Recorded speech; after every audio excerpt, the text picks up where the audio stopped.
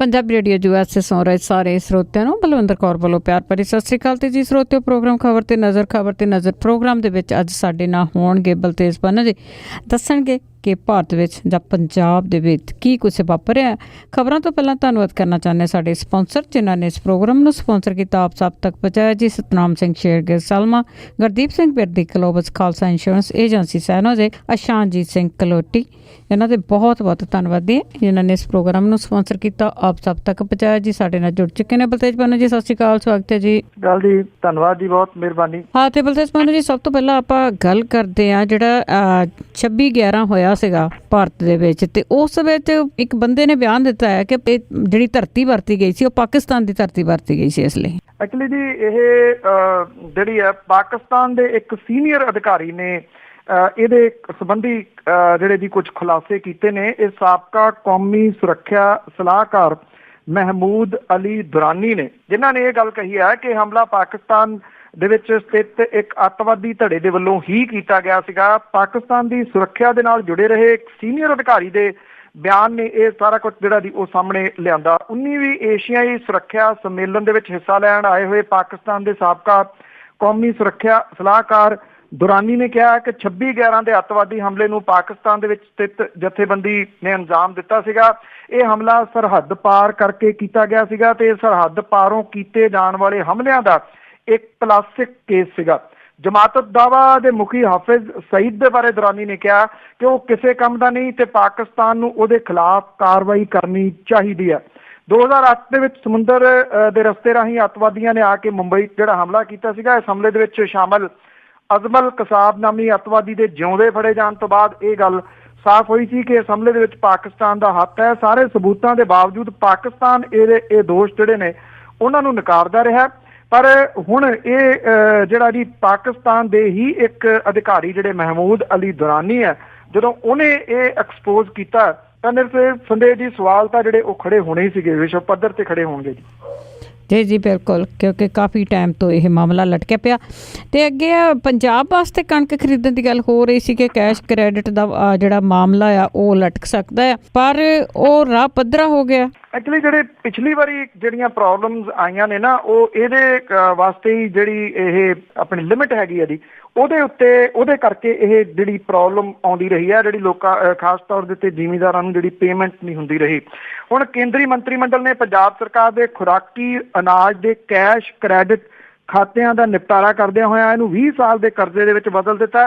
ਕਰਜ਼ੇ ਦੀ ਰਕਮ 31,000 ਕਰੋੜ ਰੁਪਏ ਹੋਊਗੀ। ਸਰਕਾਰੀ ਬਿਆਨ ਦੇ ਮੁਤਾਬਕ ਖਰਚਾ ਵਿਭਾਗ ਦੀ ਇਸ ਸੰਬੰਧੀ ਤਜਵੀਜ਼ ਦੇ ਉੱਤੇ ਪ੍ਰਧਾਨ ਮੰਤਰੀ ਨੇ ਸਹੀ ਜਿਹੜੀ ਉਹ ਪਾਈ ਸੀ ਜਨਵਰੀ ਮਹੀਨੇ 'ਚ। ਇਹਦੀ ਅਦਾਇਗੀ ਅਗਲੇ 20 ਸਾਲਾਂ ਦੇ ਦੌਰਾਨ ਛਮਾਹੀ ਕਿਸ਼ਤਾਂ ਦੇ ਵਿੱਚ ਕੀਤੀ ਜਾਊਗੀ। ਕਰਜ਼ ਦੀਆਂ ਸ਼ਰਤਾਂ RBI ਤੇ ਦੂਜੇ ਕਰਜ਼ ਵਾਲੇ ਬੈਂਕਾਂ ਦੇ ਵੱਲੋਂ ਮਿੱਥੇ ਮੁਤਾਬਕ ਹੋਣਗੀਆਂ। ਬੈਂਕਾਂ ਦੇ ਵੱਲੋਂ ਸੂਬੇ ਵਿੱਚ ਖੁਰਾਕੀ ਕ੍ਰੈਡਿਟ ਜਾਰੀ ਕਰਨ ਦਾ ਰਾਹ ਜਿਹੜਾ ਜੀ ਉਹ ਸਾਫ਼ ਹੋ ਗਿਆ। ਇਹਦੇ ਨਾਲ ਪੰਜਾਬ ਦੇ ਵਿੱਚ ਕਣਕ ਦੀ ਆਉਂਦੀ ਖਰੀਦ ਸੰਬੰਧੀ ਅੜਿੱਕੇ ਜਿਹੜੇ ਆ ਜੀ ਉਹ ਦੂਰ ਹੋ ਜਾਣਗੇ, ਜਿਹਦਾ ਸੂਬੇ ਦੇ ਕਿਸਾਨਾਂ ਨੂੰ ਫਾਇਦਾ ਜਿਹੜਾ ਜੀ ਹੋਊਗਾ। 14ਵੇਂ ਵਿੱਤ ਕਮਿਸ਼ਨ ਨੇ ਆਪਣੇ 15 ਤੋਂ 20 ਦੇ ਅਵਾਰਡ ਸੰਬੰਧੀ ਹਰੇਕ ਸੂਬੇ ਲਈ ਇੱਕ ਖਾਕਾ ਜਿਹੜਾ ਉਹ ਤਿਆਰ ਕੀਤਾ ਸੀਗਾ ਔਰ ਉਹਦੇ ਘਾਟੇ ਨੂੰ ਸੰਬੰਧਿਤ ਸੂਬੇ ਦੀ ਕੁੱਲ ਘਰੇਲੂ ਪੈਦਾਵਾਰ ਦੇ 3% ਤੱਕ ਜਿਹੜਾ ਸੀਗਾ ਉਹ ਇਹਨੂੰ ਕਰ ਦਿੱਤਾ ਸੀਗਾ ਜੀ ਉਹਦੇ ਉੱਤੇ। ਔਰ ਜਿਹੜਾ ਜੀ ਇਹ ਕਰਜ਼ ਪੰਜਾਬ ਸਰਕਾਰ ਨੂੰ ਚਾਲੂ ਮਾਲੀ ਸਾਲ ਦੇ ਦੌਰਾਨ ਜਿਹੜਾ ਉਹ ਦਿੱਤਾ ਗਿਆ, ਕਿਉਂਕਿ ਜਿਵੇਂ ਤੁਸੀਂ ਕਿਹਾ ਜੀ ਕਿ ਕੁਐਸਚਨ ਮਾਰਕ ਬੜਾ ਵੱਡਾ ਖੜਾ ਹੋ ਰਿਹਾ ਸੀਗਾ ਕਿ ਜੇ ਖਾਸ ਤੌਰ ਦੇ ਉੱਤੇ ਅਕਾਲੀ ਜਿਹੜੀ ਸਰਕਾਰ ਹੈ ਜੀ ਉਹ ਇਹ ਗੱਲ ਕਹਿੰਦੀ ਰਹੀ ਹੈ ਕਿ ਜੇ ਉਹਨਾਂ ਦੀ ਸਰਕਾਰ ਨਾ ਰਹੀ ਤਾਂ ਇੱਥੇ ਫਸਲਾਂ ਜਿਹੜੀਆਂ ਦੀ ਉਹ ਚੁੱਕੀਆਂ ਨਹੀਂ ਜਾਣਗੀਆਂ। ਹਾਲਾਂਕਿ ਜਿੰਨੀਆਂ ਫਸਲਾਂ ਅਕਾਲੀ ਰਾਜ ਦੇ ਸਮੇਂ ਜਿਹੜੀਆਂ ਰੁਲੀਆਂ ਨੇ ਉਹ ਆਪਣੇ ਆਪ ਦੇ ਵਿੱਚ ਇੱਕ ਬਹੁਤ ਵੱਡੀ ਮਿਸਾਲ ਹੈ ਕਿ ਵੱਡੀ ਪੱਧਰ ਦੇ ਉੱਤੇ ਕਿਸਾਨਾਂ ਦੀ ਖੱਜਲ ਖੁਆਰੀ ਜਿਹੜੀ ਹੈ ਜੀ ਉਹ ਹੁੰਦੀ ਰਹੀ ਹੈ। ਇਸ ਵਾਰੀ ਇੱਕ ਨਵੇਕਲੀ ਗੱਲ ਜਿਹੜੀ ਜਾਂ ਵੱਖਰੀ ਇਹ ਵੀ ਹੋਈ ਆ ਕਿ ਪੰਜਾਬ ਦੇ ਵਿੱਚ ਜਿਹੜੇ ਗੋਦਾਮ ਨੇ ਜਿਨ੍ਹਾਂ ਦੇ ਵਿੱਚ ਕਣਕ ਪਈ ਸੀ ਜੀ ਉਹ ਤਕਰੀਬਨ ਖਾਲੀ ਹੋ ਗਏ ਨੇ, ਭਾਵ ਕਿ ਰੱਖਣ ਦੀ ਵੀ ਕੋਈ ਸਮੱਸਿਆ ਜਿਹੜੀ ਹੈ ਜੀ ਉਹ ਨਹੀਂ ਆਊਗੀ। ਇਸ ਗੱਲ ਦੀ ਪੂਰੀ ਉਮੀਦ ਹੈ ਤੇ ਇਹ ਕੈਸ਼ ਕ੍ਰੈਡਿਟ ਲਿਮਿਟ ਜਿਹੜੀ ਹੈ ਜੀ ਉਹਦੇ ਉੱਤੇ ਸਹੀ ਪੈਣ ਦੇ ਨਾਲ ਜਿਹੜੇ ਬਾਕੀ ਗਲਿਚਸ ਨੇ ਛੋਟੀਆਂ ਉਹ ਵੀ ਨਿਕਲ ਗਈਆਂ ਨੇ। ਹਾਂ ਬਿਲਕੁਲ ਜੀ, ਕਿਸਾਨਾਂ ਦਾ ਤਾਂ ਥੋੜ੍ਹਾ ਜਿਹਾ ਸੁੱਖ ਦਾ ਸਾਹ ਹੋਊਗਾ। ਤੇ ਅੱਗੇ ਆਪਾਂ ਡੇਰਾ ਸਿਰਸਾ ਦੀ ਜਾਂਚ ਦੀ ਗੱਲ ਕਰਦੇ ਹਾਂ ਕਿ ਉਸ ਮਾਮਲੇ ਦੀ ਜਿਹੜੀ ਰਿਪੋਰਟ ਹੈਗੀ ਆ ਉਹ ਜਥੇਦਾਰ ਨੂੰ ਸੌਂਪੀ ਗਈ।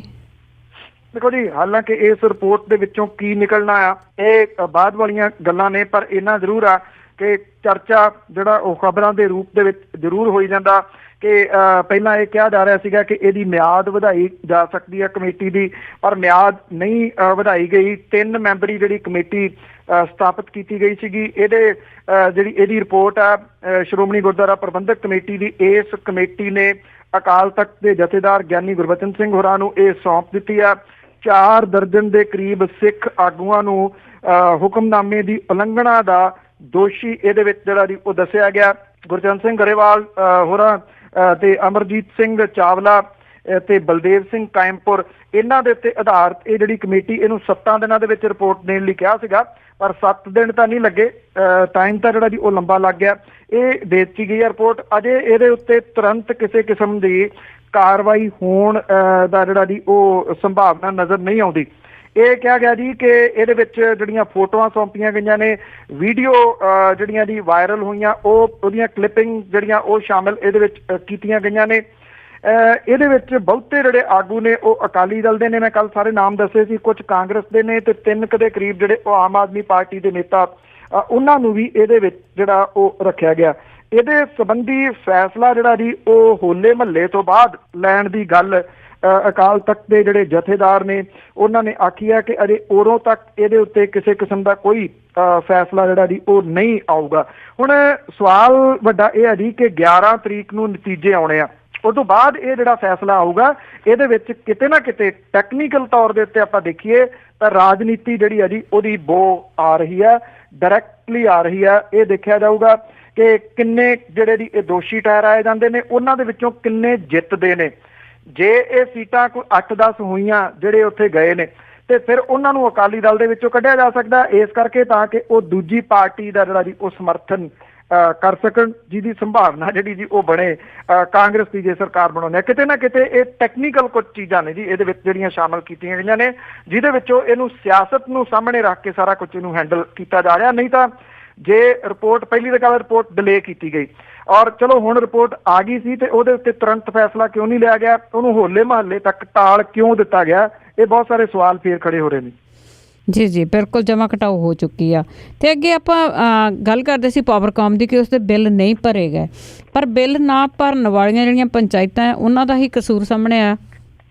ਐਕਚੁਅਲੀ ਜੀ ਇਹ ਜਿਹੜੀਆਂ ਨਿੱਤ ਪ੍ਰਤੀ ਦਿਨ ਜਿਹੜਾ ਜੀ ਸਾਹਮਣੇ ਆ ਰਿਹਾ ਡਿਫਾਲਟਰ ਕਿਹੜੇ ਨੇ, ਕੋਈ 850 ਕਰੋੜ ਰੁਪਈਆ ਦੇ ਡਿਫਾਲਟਰ ਨੇ ਜੀ। ਇਹਦੇ ਵਿੱਚ ਬਹੁਤ ਸਾਰੇ ਸੱਤਾਧਾਰੀ ਧਿਰ ਵਾਲੇ ਨੇ। ਹੁਣ NK ਸ਼ਰਮਾ ਦੀਆਂ 2 ਕੰਪਨੀਆਂ ਵੀ ਸਾਹਮਣੇ ਆ ਗਈਆਂ ਜੀ, ਇਹਦੀਆਂ ਵੀ ਕੰਪਨੀਆਂ ਜਿਹੜੀਆਂ ਉਹ ਡਿਫਾਲਟਰ ਨੇ।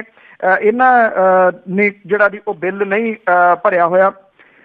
ਉਧਰ ਜਿਹੜੇ ਜਲ ਘਰ ਨੇ, ਜਿਹੜੇ ਪਾਣੀ ਵਾਲੀਆਂ ਟੈਂਕੀਆਂ ਨੇ, ਜਿਹੜੇ ਉਹਨਾਂ ਦੇ ਬਿੱਲ ਕੱਟੇ ਗਏ, ਕਨੈਕਸ਼ਨ 200 ਦੇ ਕਰੀਬ ਪਿੰਡ ਨੇ ਜੀ ਜਿਹੜੇ ਪਾਣੀ ਤੋਂ ਸੱਖਣੇ ਹੋ ਗਏ ਨੇ।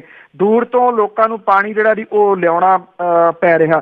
ਐਕਚੁਅਲੀ ਇਹ ਜ਼ਿੰਮੇਵਾਰੀ ਬਣਦੀ ਹੈ ਜੀ ਸਰਪੰਚਾਂ ਦੀ ਕਿ ਉਹਨਾਂ ਨੇ ਆਪਣੇ ਪੰਚਾਂ ਦੇ ਰਾਹੀਂ ਪਿੰਡ ਦੇ ਵਿੱਚੋਂ ਪੈਸੇ ਜਿਹੜੇ ਆ ਉਹ ਉਗਰਾਉਣੇ ਹੁੰਦੇ ਆ ਤੇ ਖਰਚਾ ਜਿਹੜਾ ਜੀ ਉਹ ਚਲਾਉਣਾ ਹੁੰਦਾ। ਹੁਣ ਪੈਸੇ ਕਿੰਨੇ ਆ ਪਿੰਡ ਦੇ? 50 ਰੁਪਏ, 75 ਰੁਪਏ ਜਾਂ 100 ਰੁਪਏ, ਇੰਨਾ ਜਿਹੜਾ ਜੀ ਉਹ ਲੱਗਿਆ ਹੋਇਆ, ਜਿਹਦੇ ਨਾਲ ਪਾਣੀ ਦੀ ਸਪਲਾਈ ਜਿਹੜੀ ਹੈ ਜੀ ਉਹ ਪਿੰਡਾਂ ਦੇ ਵਿੱਚ ਆਉਂਦੀ ਹੈ। ਪਰ ਕਿਉਂਕਿ ਵੋਟਾਂ ਦੀ ਵਜ੍ਹਾ ਕਰਕੇ ਸਰਪੰਚਾਂ ਨੇ ਜਿਹੜਾ ਸੀਗਾ ਜੀ ਇਹ ਬਿੱਲ ਨਹੀਂ ਇਕੱਠੇ ਕੀਤੇ ਪਿੰਡਾਂ ਤੋਂ।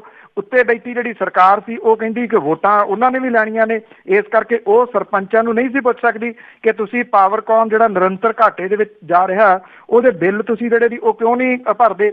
ਜਦੋਂ ਹੁਣ ਇਹਨਾਂ ਨੇ ਮੁਹਿੰਮ ਸ਼ੁਰੂ ਕੀਤੀ ਪਾਵਰਕਾਮ ਵਾਲਿਆਂ ਨੇ ਤੇ ਉਹਨਾਂ ਦੇ ਨਿਸ਼ਾਨੇ ਦੇ ਉੱਤੇ ਇਹ ਜਲ ਘਰ ਜਿਹੜੇ ਸੀਗੇ ਉਹ ਵੀ ਆਏ ਔਰ ਇਹਨਾਂ ਦੇ ਕਨੈਕਸ਼ਨ ਜਿਹੜੇ ਆ ਉਹ ਨਿਰੰਤਰ ਲਗਾਤਾਰ ਜਿਹੜੇ ਆ ਉਹ ਪਿਛਲੇ ਦਿਨਾਂ ਤੋਂ ਕੱਟੇ ਗਏ।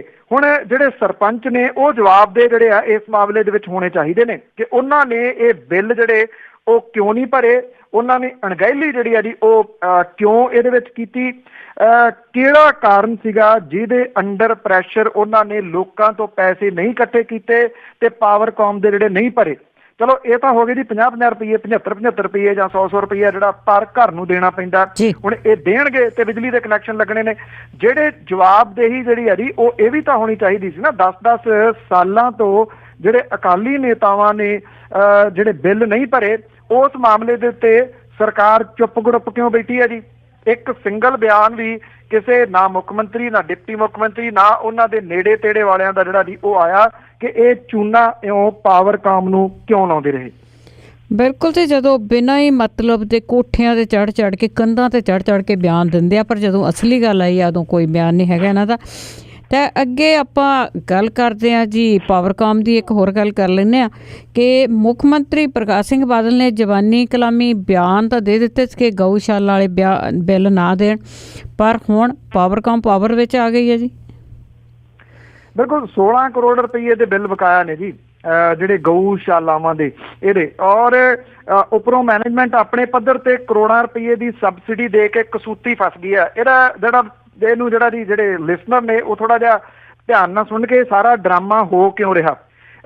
ਇਹਦੇ ਵਿੱਚ ਇਹ ਆ ਕਿ 28 ਮਾਰਚ 2016 ਨੂੰ ਪਿਛਲੇ ਸਾਲ ਇੱਕ ਸਰਕੂਲਰ ਜਾਰੀ ਕੀਤਾ ਸੀ ਮੁੱਖ ਮੰਤਰੀ ਨੇ ਕਿ ਪੰਜਾਬ ਦੀਆਂ 366 ਗਊਸ਼ਾਲਾਵਾਂ ਨੇ ਜਿਨ੍ਹਾਂ ਨੂੰ ਮੁਫਤ ਬਿਜਲੀ ਦੇਣੀ ਸ਼ੁਰੂ ਕਰ ਦਿਓ। ਪਾਵਰਕਾਮ ਨੇ ਕੀ ਕੀਤਾ, ਇਹਦੇ ਅਧਿਕਾਰੀਆਂ ਨੇ ਚੁੱਕਿਆ ਉਹ ਸਰਕੂਲਰ ਤੇ ਇਹ ਜਿਹੜੀਆਂ ਗਊਸ਼ਾਲਾਵਾਂ ਸੀਗੀਆਂ ਉਹਨਾਂ ਨੂੰ ਮੁਫਤ ਬਿਜਲੀ ਦੇਣੀ ਸ਼ੁਰੂ ਕਰਤੀ ਜੀ। ਕੋਈ 4 ਕਰੋੜ ਤੇ 7 ਲੱਖ ਰੁਪਏ ਦਾ ਸਾਲਾਨਾ ਬੋਝ ਪੈਣਾ ਸ਼ੁਰੂ ਹੋ ਗਿਆ। ਜਿਹੜਾ ਇਲੈਕਟ੍ਰਿਸਿਟੀ ਐਕਟ 2003 ਆ, ਇਹਦੀ ਧਾਰਾ ਹੈਗੀ ਹੈ ਜੀ 65। ਪੰਜਾਬ ਰਾਜ ਬਿਜਲੀ ਨੇਮਬੰਦੀ ਕਮਿਸ਼ਨ ਦੀ ਧਾਰਾ 53, ਜਿਹੜਾ ਕਿ ਕੰਡਕਟ ਆਫ ਬਿਜ਼ਨਸ ਰੈਗੂਲੇਸ਼ਨ 2003 ਆ, ਇਹਦੇ ਤਹਿਤ ਜੇ ਰਾਜ ਸਰਕਾਰ ਕੋਈ ਸਬਸਿਡੀ ਦੇਣਾ ਚਾਹੁੰਦੀ ਆ ਤਾਂ ਉਹਨੂੰ ਕਰਨਾ ਕੀ ਪੈਂਦਾ, ਜਿਹੜਾ ਬਿਜਲੀ ਬੋਰਡ ਦਾ ਕਮਿਸ਼ਨ ਆ ਉਹਦੇ ਕੋਲੇ ਜਾਣਾ ਪੈਂਦਾ ਤੇ ਇਹਦੇ ਬਾਰੇ ਆਖਰੀ ਫੈਸਲਾ ਜਿਹੜਾ ਜੀ ਉਹ ਨੇਮਬੰਦੀ ਕਮਿਸ਼ਨ ਨੇ ਕਰਨਾ ਹੁੰਦਾ ਵੀ ਈਦਰ ਉਹ ਇਹ ਸਬਸਿਡੀ ਦੇ ਸਕਦੀ ਆ ਜਾਂ ਨਹੀਂ ਦੇ ਸਕਦੀ। ਕਿਉਂਕਿ ਪਾਵਰਕਾਮ ਜਿਹੜਾ ਜੀ ਉਹ ਨਿਰੰਤਰ ਘਾਟੇ ਦੇ ਵਿੱਚ ਰਿਹਾ, ਉੱਥੋਂ ਇਹ ਪਰਮਿਸ਼ਨ ਮਿਲਣੀ ਨਹੀਂ ਸੀ। ਫਿਰ ਇਹਦਾ ਇੱਕ ਜਿਹੜਾ ਜੀ ਉਹ ਚੋਰ ਮੋਰੀ ਲੱਭੀ ਗਈ, ਇੱਕ ਸਰਕੂਲਰ ਜਾਰੀ ਕਰਤਾ ਕਿ ਲਓ ਜੀ ਇਹਨਾਂ ਤੁਸੀਂ ਜਿਹੜੀਆਂ ਗਊਸ਼ਾਲਾਵਾਂ ਨੇ ਇਹਨਾਂ ਨੂੰ ਬਿਜਲੀ ਫ੍ਰੀ ਦੇ ਦਿਓ। ਹਾਲਾਂਕਿ ਜਿਹੜਾ ਬਿਜਲੀ ਦਾ ਬਿੱਲ ਆ ਉਹਦੇ ਉੱਤੇ ਗਊ ਸੈਸ ਲੱਗ ਰਿਹਾ, ਜਿਹੜੀ ਸ਼ਰਾਬ ਦੀ ਬੋਤਲ ਆ ਉਹਦੇ ਉੱਤੇ ਗਊ ਸੈਸ ਜਿਹੜਾ ਜੀ ਉਹ ਲੱਗ ਰਿਹਾ। ਉਧਰੋਂ ਪੈਸੇ ਇਕੱਠੀ ਕਰੀ ਗਈ ਹੈ ਸਰਕਾਰ ਬਿਜਲੀ ਤੋਂ ਵੀ ਤੇ ਸ਼ਰਾਬ ਤੋਂ ਵੀ, ਇਧਰੋਂ ਇਹਨਾਂ ਨੂੰ ਬਿਜਲੀ ਜਿਹੜੀ ਆ ਜੀ ਉਹ ਫ੍ਰੀ ਦੇਤੀ। ਇਹ ਕਹਿਤਾ ਕਿ ਸਰਕਾਰ ਇਹਦੇ ਬਾਰੇ ਜਿਹੜਾ ਜੀ ਉਹ ਪੈਸਾ ਦੇਊਗੀ। ਸਰਕਾਰ ਨੇ ਪੈਸਾ ਦਿੱਤਾ ਨਹੀਂ।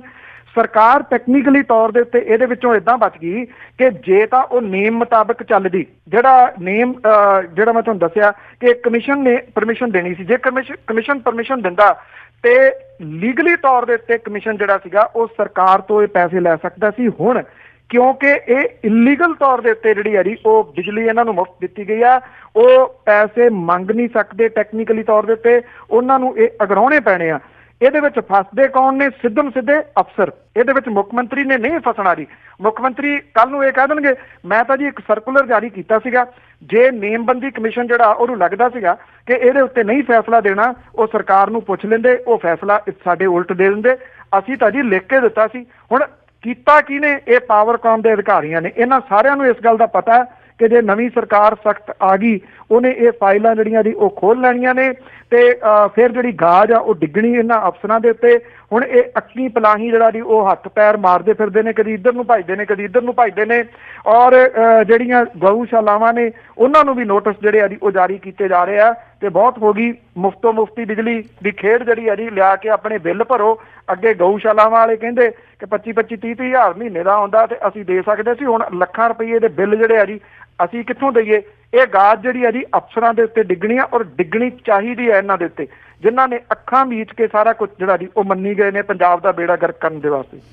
ਜੀ ਬਿਲਕੁਲ, ਪੰਜਾਬ ਦਾ ਬੇੜਾ ਤਾਂ ਇਹਨੇ ਖੂਬ ਕੀਤਾ। ਤੇ ਅੱਗੇ ਆਪਾਂ ਬੇਅਦਬੀ ਦੀ ਘਟਨਾ ਦੀ ਇੱਕ ਦੀ ਗੱਲ ਕਰਦੇ ਹਾਂ ਕਿ ਬਠਿੰਡਾ ਦੇ ਵਿੱਚ ਬੇਅਦਬੀ ਮਾਮਲੇ ਨੂੰ ਲੈ ਕੇ ਲੋਕ ਭੜਕੇ। ਇਹ ਐਕਚੁਅਲੀ ਜੀ ਇੱਥੇ ਬਠਿੰਡੇ ਦੇ ਵਿੱਚ ਧੋਬੀਆਣਾ ਬਸਤੀ ਪੈਂਦੀ ਆ, ਇੱਥੇ ਗੁਰੂ ਗ੍ਰੰਥ ਸਾਹਿਬ ਦੀ ਬੇਅਦਬੀ ਦਾ ਮਾਮਲਾ ਜਿਹੜਾ ਦੀ ਉੱਠਿਆ, ਜਿੱਥੇ ਸੰਗਤ ਭੜਕੀ। ਐਕਚੁਅਲੀ ਇਹ ਜਿਹੜਾ ਤਖਤ ਦਮਦਮਾ ਸਾਹਿਬ ਦੇ ਜਥੇਦਾਰ ਨੇ ਉਹਨਾਂ ਦੇ ਕੋਲੇ ਵੀ ਇਹ ਮਾਮਲਾ ਜਿਹੜਾ ਦੀ ਉਹ ਪਹੁੰਚਿਆ। ਐਕਚੁਅਲੀ ਇੱਕ ਜਿਹੜੀ ਪ੍ਰਵਾਸੀ ਲੇਡੀ ਹੈ, ਔਰਤ ਜਿਹੜੀ ਆ NRI ਆ, ਇਹਨੇ ਗੁਰੂ ਗ੍ਰੰਥ ਸਾਹਿਬ ਦਾ ਪ੍ਰਕਾਸ਼ ਦਰਬਾਰ ਸਾਹਿਬ ਦੇ ਬਾਹਰ ਛੋਟੇ ਤੇ ਪੁਰਾਣੇ ਕਮਰੇ ਦੇ ਵਿੱਚ ਕਰਕੇ ਉਹਦੇ ਵਿੱਚ ਮੌਜੂਦ ਇੱਕ ਥੜਾ ਹੈ ਜੀ ਉਹਦੇ ਉੱਤੇ ਆਪਣਾ ਆਸਨ ਜਿਹੜਾ ਜੀ ਉਹ ਲਾ ਲਿਆ ਤੇ ਲੋਕਾਂ ਨੂੰ ਕਸਰਤ ਜਿਹੜਾ ਸੀ ਉੱਥੇ ਕਰਵਾਉਣ ਲੱਗ ਪਈ। ਗੁਰੂ ਨਾਨਕ ਮਿਸ਼ਨ ਦੇ ਬੈਨਰ ਦੇ ਥੱਲੇ ਇਹ ਆਨੰਦਮਈ ਜੀਵਨ ਮੁਹਿੰਮ ਜਿਹੜੀ ਆ ਜੀ ਉਹ ਚਲਾਈ ਜਾ ਰਹੀ ਸੀਗੀ।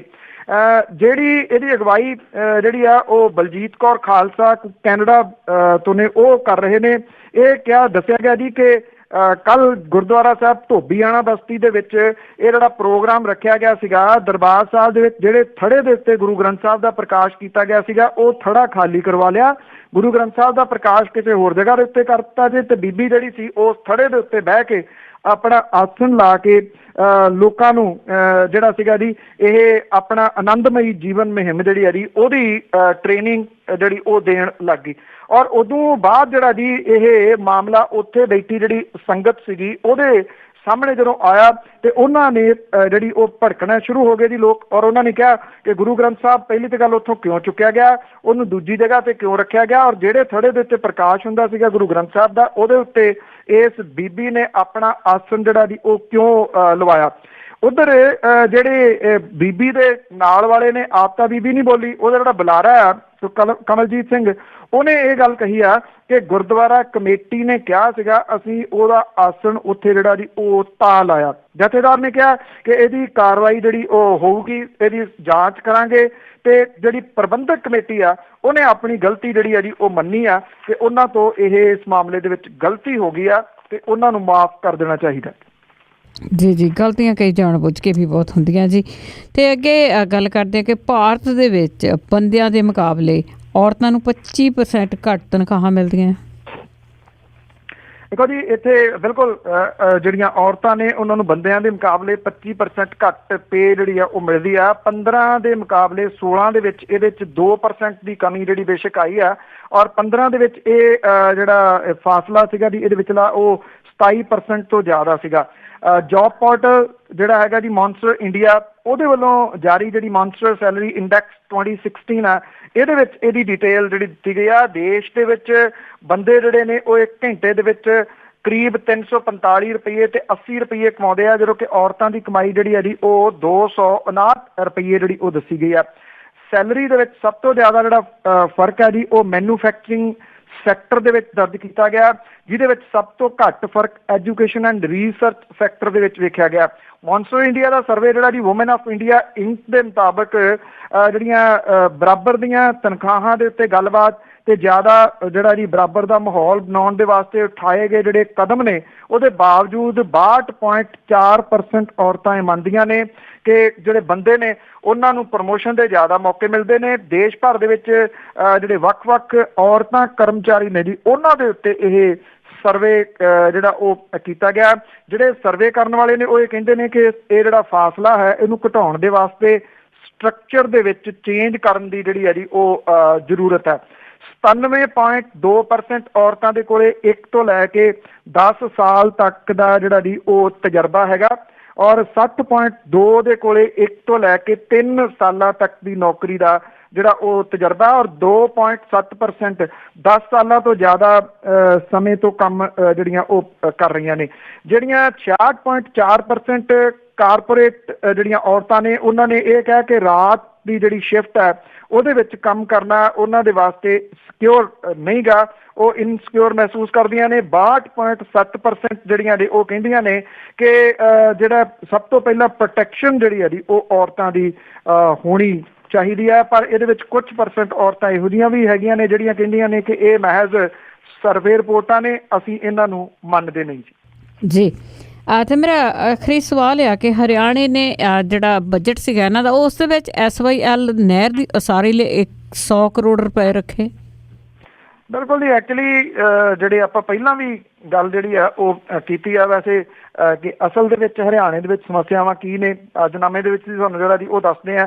ਸੋ ਕੀ ਜਿਹੜੀਆਂ ਹਰਿਆਣੇ ਦੀਆਂ ਬਾਕੀ ਸਮੱਸਿਆਵਾਂ ਜਿਹੜੀਆਂ ਉਹ ਖਤਮ ਹੋ ਗਈਆਂ, ਲੋਕਾਂ ਨੂੰ ਸਹੂਲਤਾਂ ਜਿਹੜੀਆਂ ਜੀ ਉਹ ਮਿਲ ਗਈਆਂ, ਉਹਨੂੰ ਪਾਸੇ ਕਰਦਿਆਂ ਹੋਇਆਂ ਜਿਹੜਾ ਇਹ ਵਿੱਤ ਮੰਤਰੀ ਨੇ ਜੀ ਉਹਨਾਂ ਨੇ ਇਹ ਬਜਟ ਪੇਸ਼ ਕੀਤਾ, ਔਰ ਇਹਦੇ ਵਿੱਚ ਅਹਿਮ ਤਬਦੀਲੀ ਕਰਦਿਆਂ ਹੋਇਆਂ ਗੈਰ ਯੋਜਨਾ ਬਜਟ ਦੀ ਥਾਂ ਦੇ ਉੱਤੇ ਸ਼ਹਿਰੀ ਤੇ ਪੇਂਡੂ ਖੇਤਰਾਂ ਦੇ ਵਿਕਾਸ ਦੇ ਖਰਚੇ ਦਾ ਆਧਾਰ ਬਜਟ ਜਿਹੜਾ ਜੀ ਉਹ ਬਣਾਇਆ ਗਿਆ।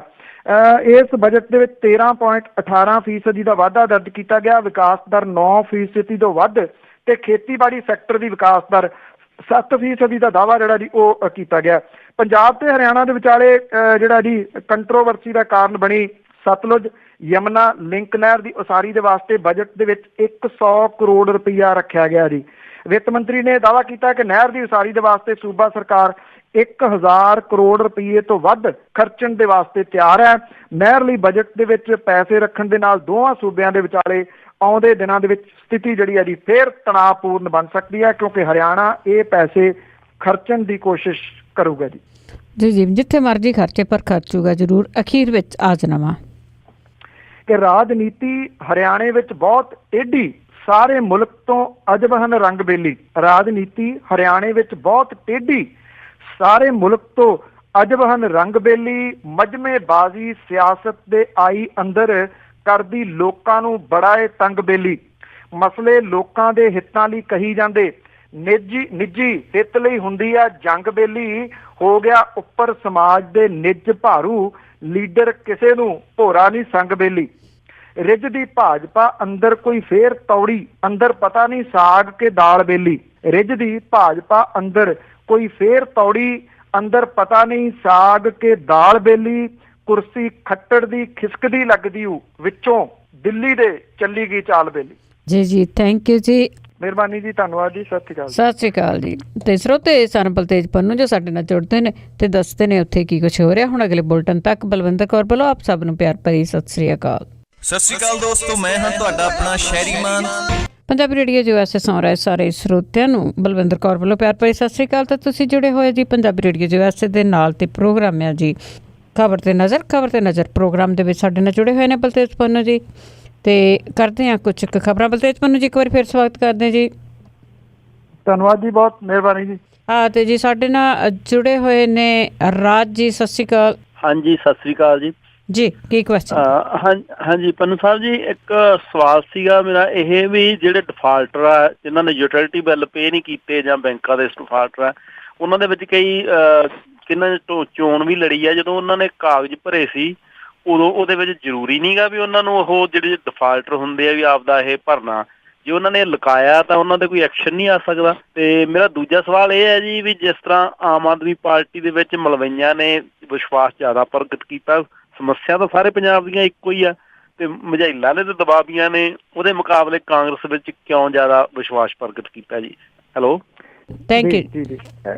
ਦੇਖੋ, ਇੱਕ ਤਾਂ ਗੱਲ ਜਿਹੜੀ ਪਹਿਲੀ ਤੁਸੀਂ ਡਿਫਾਲਟਰਾਂ ਵਾਲੀ ਕੀਤੀ ਆ, ਮੈਂ 2 ਦਿਨ ਪਹਿਲਾਂ ਖਬਰ ਸਾਂਝੀ ਕੀਤੀ ਸੀਗੀ ਕਿ ਜਿਹੜਾ ਚੋਣ ਕਮਿਸ਼ਨ ਆ ਉਹਨੇ ਗ੍ਰਹਿ ਮੰਤਰਾਲੇ ਨੂੰ ਇਹਦੇ ਸੰਬੰਧੀ ਹੁਣ ਲਿਖਿਆ ਤੇ ਸੋਧ ਉਹਦੇ ਵਿੱਚ ਹੋ ਰਹੀ ਆ। ਉਮੀਦ ਹੈ ਅਗਲੀਆਂ ਚੋਣਾਂ ਤੱਕ ਜਿਹੜੀ ਹੈ ਜੀ ਉਹ ਸੋਧ ਹੋ ਜਾਣੀ ਹੈ। ਭਾਵ ਕਿ ਅਗਲੀਆਂ ਚੋਣਾਂ ਇਹ ਨਹੀਂ ਕਿ ਪੰਜਾਬ ਦੀਆਂ ਜਿਹੜੀਆਂ ਵੀ ਕੋਈ ਅਹਿਮ ਚੋਣਾਂ ਹੋਣੀਆਂ ਨੇ, ਮੰਨ ਲਓ 19 ਵਾਲੀਆਂ ਜਿਹੜੀਆਂ ਲੋਕ ਸਭਾ ਦੀਆਂ ਹੋਣੀਆਂ ਨੇ, ਉਦੋਂ ਪਹਿਲਾਂ ਇਹ ਹੋ ਜਾਣ ਦੇ ਆਸਾਰ ਨੇ ਜੇ ਇਹਦੇ ਵਿੱਚ ਕੋਈ ਅੜਿੱਕਾ ਨਾ ਪਿਆ। ਗ੍ਰਹਿ ਮੰਤਰਾਲੇ ਕੋਲੇ ਫਾਈਲ ਆ, ਅਜੇ ਤੱਕ ਇਹਦੇ ਵਿੱਚ ਪ੍ਰੋਵੀਜ਼ਨ ਹੈ ਨਹੀਂਗਾ ਜੀ ਕਿ ਜਿਹੜੇ ਬਿਜਲੀ ਦੇ ਬਿੱਲ ਜਾਂ ਪਾਣੀ ਦੇ ਬਿੱਲ ਕਿਸੇ ਨੇ ਨਹੀਂ ਦਿੱਤੇ ਉਹ ਡਿਫਾਲਟਰ ਹੈ ਤੇ ਉਹ ਚੋਣ ਨਹੀਂ ਲੜ ਸਕਦਾ। ਇਹ ਉਹਦੇ ਵਿੱਚ ਅਜੇ ਤੱਕ ਜਿਹੜਾ ਉਹ ਹੈ ਨਹੀਂਗਾ।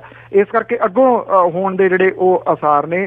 ਜਿਹੜੀ ਗੱਲ ਤੁਸੀਂ ਸੈਕੰਡ ਪੁੱਛੀ ਆ, ਦੇਖੋ ਇਹ ਅਜੇ 11 ਵਾਲੇ ਤੁਸੀਂ ਨਤੀਜੇ ਆਉਣ ਦਿਓ ਕਿ ਕਿਹੜਾ ਮਾਲਵੇ ਚੋਂ ਕਿੰਨਾ ਸਹਿਯੋਗ ਮਿਲਦਾ, ਮਾਝੇ ਚੋਂ ਕਿੰਨਾ ਤੇ ਦੁਆਬੇ ਤੋਂ ਕਿੰਨਾ। ਇਹਦੇ ਵਿੱਚ ਆਪਾਂ ਜਿਹੜਾ ਜੀ ਉਹ ਡਿਸਕਸ ਜ਼ਰੂਰ ਕਰਾਂਗੇ।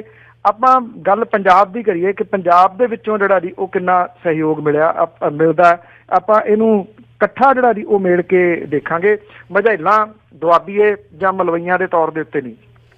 ਹਾਂ ਬਿਲਕੁਲ ਜੀ, ਜਿਹੜਾ ਗੈਸ ਆ ਉਹ ਤਾਂ ਹਜੇ ਤੱਕ ਗੱਲਾਂ ਹੀ ਆ। 11 ਨੂੰ ਪਤਾ ਲੱਗੂਗਾ ਤੇ ਨਾਲ ਜੀ ਲਾਈਵ ਕਵਰੇਜ ਦਿੱਤੀ ਜਾਊਗੀ ਤਾਂ ਤੁਸੀਂ ਉਹ ਸੁਣ ਸਕਦੇ ਆ ਜੀ। ਤੇ ਅੱਗੇ ਸਾਡੇ ਨਾਲ ਜੁੜੇ ਨੇ ਸੁਰਿੰਦਰ ਸਿੰਘ ਜੀ। ਸਤਿ ਸ਼੍ਰੀ ਅਕਾਲ ਭੈਣ ਜੀ। ਸਤਿ ਸ਼੍ਰੀ ਅਕਾਲ ਜੀ। ਸਤਿ ਸ਼੍ਰੀ ਅਕਾਲ ਪੰਨੂ ਸਾਹਿਬ ਜੀ। ਸਤਿ ਸ਼੍ਰੀ ਅਕਾਲ ਜੀ। ਸਤਿ ਸ਼੍ਰੀ ਅਕਾਲ। ਇੱਕ ਤਾਂ ਪੰਨੂ ਸਾਹਿਬ ਉਹ ਜਿਹੜਾ ਇਹ ਝੰਡੇ ਲਾਉਂਦੇ ਆ ਉੱਥੇ ਲਾਇਆ ਪਾਕਿਸਤਾਨ ਦੇ ਬਾਰਡਰ ਤੇ ਜਾ ਕੇ, ਉਹ ਵੀ ਇਤਰਾਜ਼ ਕਰ ਰਹੇ ਆ ਵੀ ਇਹਨਾਂ ਨਾਲ ਇਹ ਕੋਈ ਜ਼ਿਆਦਾ ਦੇਸ਼ ਭਗਤੀ ਆ ਜਾਂ ਕੀ ਇਹਦਾ ਮਤਲਬ ਲਿਆ ਜੀ। ਤੇ ਦੂਜਾ ਜਥੇਦਾਰਾਂ ਨੂੰ ਜਾਂ ਇਹਨਾਂ ਨੂੰ ਸਾਡਾ ਇੱਧਰਲਿਆਂ ਦਾ ਬੜਾ ਫਿਕਰ ਆ। ਅਸੀਂ ਤਾਂ ਬੜੇ ਵਧੀਆ ਮੁਲਕ 'ਚ ਬੈਠੇ ਆ, ਕਦੋਂ ਘਟਨਾ ਤਾਂ ਚਲੋ ਹੁੰਦੀਆਂ ਰਹਿੰਦੀਆਂ। ਉੱਥੇ ਰੋਜ਼ ਪੱਗਾਂ ਲੈਂਦੀਆਂ, ਰੋਜ਼ ਕੁਛ ਹੁੰਦਾ। ਕੁੜੀ ਮਾੜਾ ਜਿਹਾ ਬੋਲੀ ਸੀ, ਉਹਦੇ ਖਿਲਾਫ ਹੀ ਨਹੀਂ, ਉਹਦੇ ਹੱਕ ਦੇ ਵਿੱਚ ਇੱਕ ਸ਼ਬਦ ਨਹੀਂ ਬੋਲਿਆ। ਜਦੋਂ ਸਾਰਾ ਸੰਸਾਰ ਉੱਠ ਕੇ ਤੁਰ ਪਿਆ ਉਦੋਂ ਜਥੇਦਾਰ ਬੋਲਿਆ ਤੇ ਉਦੋਂ ਦਿੱਲੀ ਵਾਲੇ ਬੋਲਿਆ ਤੇ ਬਾਦਲ ਪਰਿਵਾਰ ਤਾਂ ਮੇਰੇ ਖਿਆਲ ਹਜੇ ਤਾਂ ਹੀ ਨਹੀਂ ਬੋਲਿਆ ਜੀ। ਇਹ ਪੁੱਛਣਾ ਜੀ। ਥੈਂਕ ਯੂ ਬੋਲੂਗੇ ਜੀ, ਕਿਉਂਕਿ ਉਸ ਕੁੜੀ ਦੇ ਖਿਲਾਫ ਭਾਰਤੀ ਜਨਤਾ ਪਾਰਟੀ ਤੇ ਉਹਦੇ ਮਾਈ ਬਾਪ ਜਿਹੜੇ ਉੱਪਰਲੇ ਨੇ, ਜਦੋਂ ਉਹ ਉਸ ਕੁੜੀ ਦੇ ਖਿਲਾਫ ਨੇ ਤੇ ਫਿਰ ਇਹਨਾਂ ਦੀ ਕੀ ਜ਼ਰੂਰਤ ਹੈ ਜੀ ਉਹਦੇ ਖਿਲਾਫ ਜਿਹੜਾ ਜੀ ਇਹ ਬੋਲ ਪੈਣ। ਜਥੇਦਾਰਾਂ ਨੂੰ ਜਿਹੋ ਜੀ ਆਵਾਜ਼ ਚੁੱਕਣੀ ਚਾਹੀਦੀ ਸੀ ਗੁਰਮੇਹਰ ਦੇ ਵਾਸਤੇ, ਉਹੋ ਜੀ ਆਵਾਜ਼ ਤਾਂ ਨਹੀਂ ਚੁੱਕੀ ਗਈ। ਇੱਕ ਮਹਿਜ਼ ਚੰਦ ਅਖਬਾਰੀ ਬਿਆਨ ਜਿਹੜੇ ਆ ਜੀ ਉਹ ਜ਼ਰੂਰ ਹੋ ਸਕਦੇ ਆ, ਇਦੋਂ ਵੱਧ ਤਾਂ ਹੋਰ ਨਹੀਂ ਸੀ ਜੀ। ਕੁਛ ਜ਼ਿਆਦਾ ਜਿਹੜੀ ਉਹ ਚੁੱਕੀ ਜਾਣੀ ਚਾਹੀਦੀ ਸੀ ਆਵਾਜ਼, ਚੁੱਕੀ ਨਹੀਂ ਗਈ ਜੀ, ਔਰ ਆਉਣੀ ਚਾਹੀਦੀ ਸੀ। ਉਹ ਜਿਹੜੇ ਪਰਿਵਾਰ ਦੀ ਤੁਸੀਂ ਗੱਲ ਕਰ ਰਹੇ ਹੋ ਜੀ, ਨਾ ਉਹ ਨਹੀਂ ਕਿਤੇ ਇਸ ਵੇਲੇ ਬਿਆਨਾਂ ਵੀ ਉਹਨਾਂ ਦੇ ਰੂਪ ਦੇ ਵਿੱਚ ਹੈਗਾ ਜੀ। ਕੋਈ ਬਿਆਨ ਉਹਨਾਂ ਦਾ ਮੁੱਖ ਮੰਤਰੀ, ਡਿਪਟੀ ਮੁੱਖ ਮੰਤਰੀ ਹਰਸਿਮਰਤ ਕੌਰ ਬਾਦਲ, ਕਿਸੇ ਦਾ ਕੋਈ ਬਿਆਨ ਜਿਹੜਾ ਜੀ ਨਹੀਂ ਆਇਆ ਗੁਰਮੇਹਰ ਦੇ ਹੱਕ ਦੇ ਵਿੱਚ ਜਾਂ ਉਹਦੇ ਵਿਰੋਧ ਦੇ ਵਿੱਚ। ਮੇਰਾ ਨਹੀਂ ਖਿਆਲ ਉਹ ਬੋਲਣਗੇ ਜੀ। ਗੁਰਮੇਹਰ ਨੰਨੀ ਛਾਂ ਦੇ ਥੱਲੇ ਨਹੀਂ ਨਾ ਆਉਂਦੀ ਸੀ ਜੀ। ਤਾਰਾ ਸਿੰਘ ਜੀ।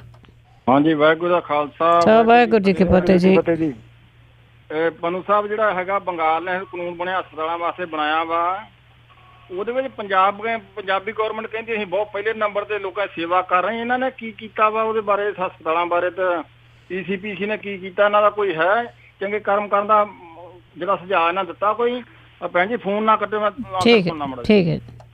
ਪੁਲਿਸ ਥਾਣਿਆਂ ਦੇ ਬਾਹਰ ਜਿਹੜੇ ਲੱਗੇ ਬੋਰਡ ਨੇ ਨਾ, ਉਹਨਾਂ ਦੇ ਉੱਤੇ ਇੱਕ ਵਾਰੀ ਕਿਸੇ ਨੇ ਟਿੱਪਣੀ ਕੀਤੀ ਸੀ ਕਟਾਕਸ਼ ਦੇ ਰੂਪ ਦੇ ਵਿੱਚ, ਸਟਾਇਰ ਦੇ ਰੂਪ ਦੇ ਵਿੱਚ, ਕਿ ਪੰਜਾਬ ਪੁਲਿਸ ਤੁਹਾਡੀ ਸੇਵਾ ਲਈ ਹਾਜ਼ਰ ਹੈ।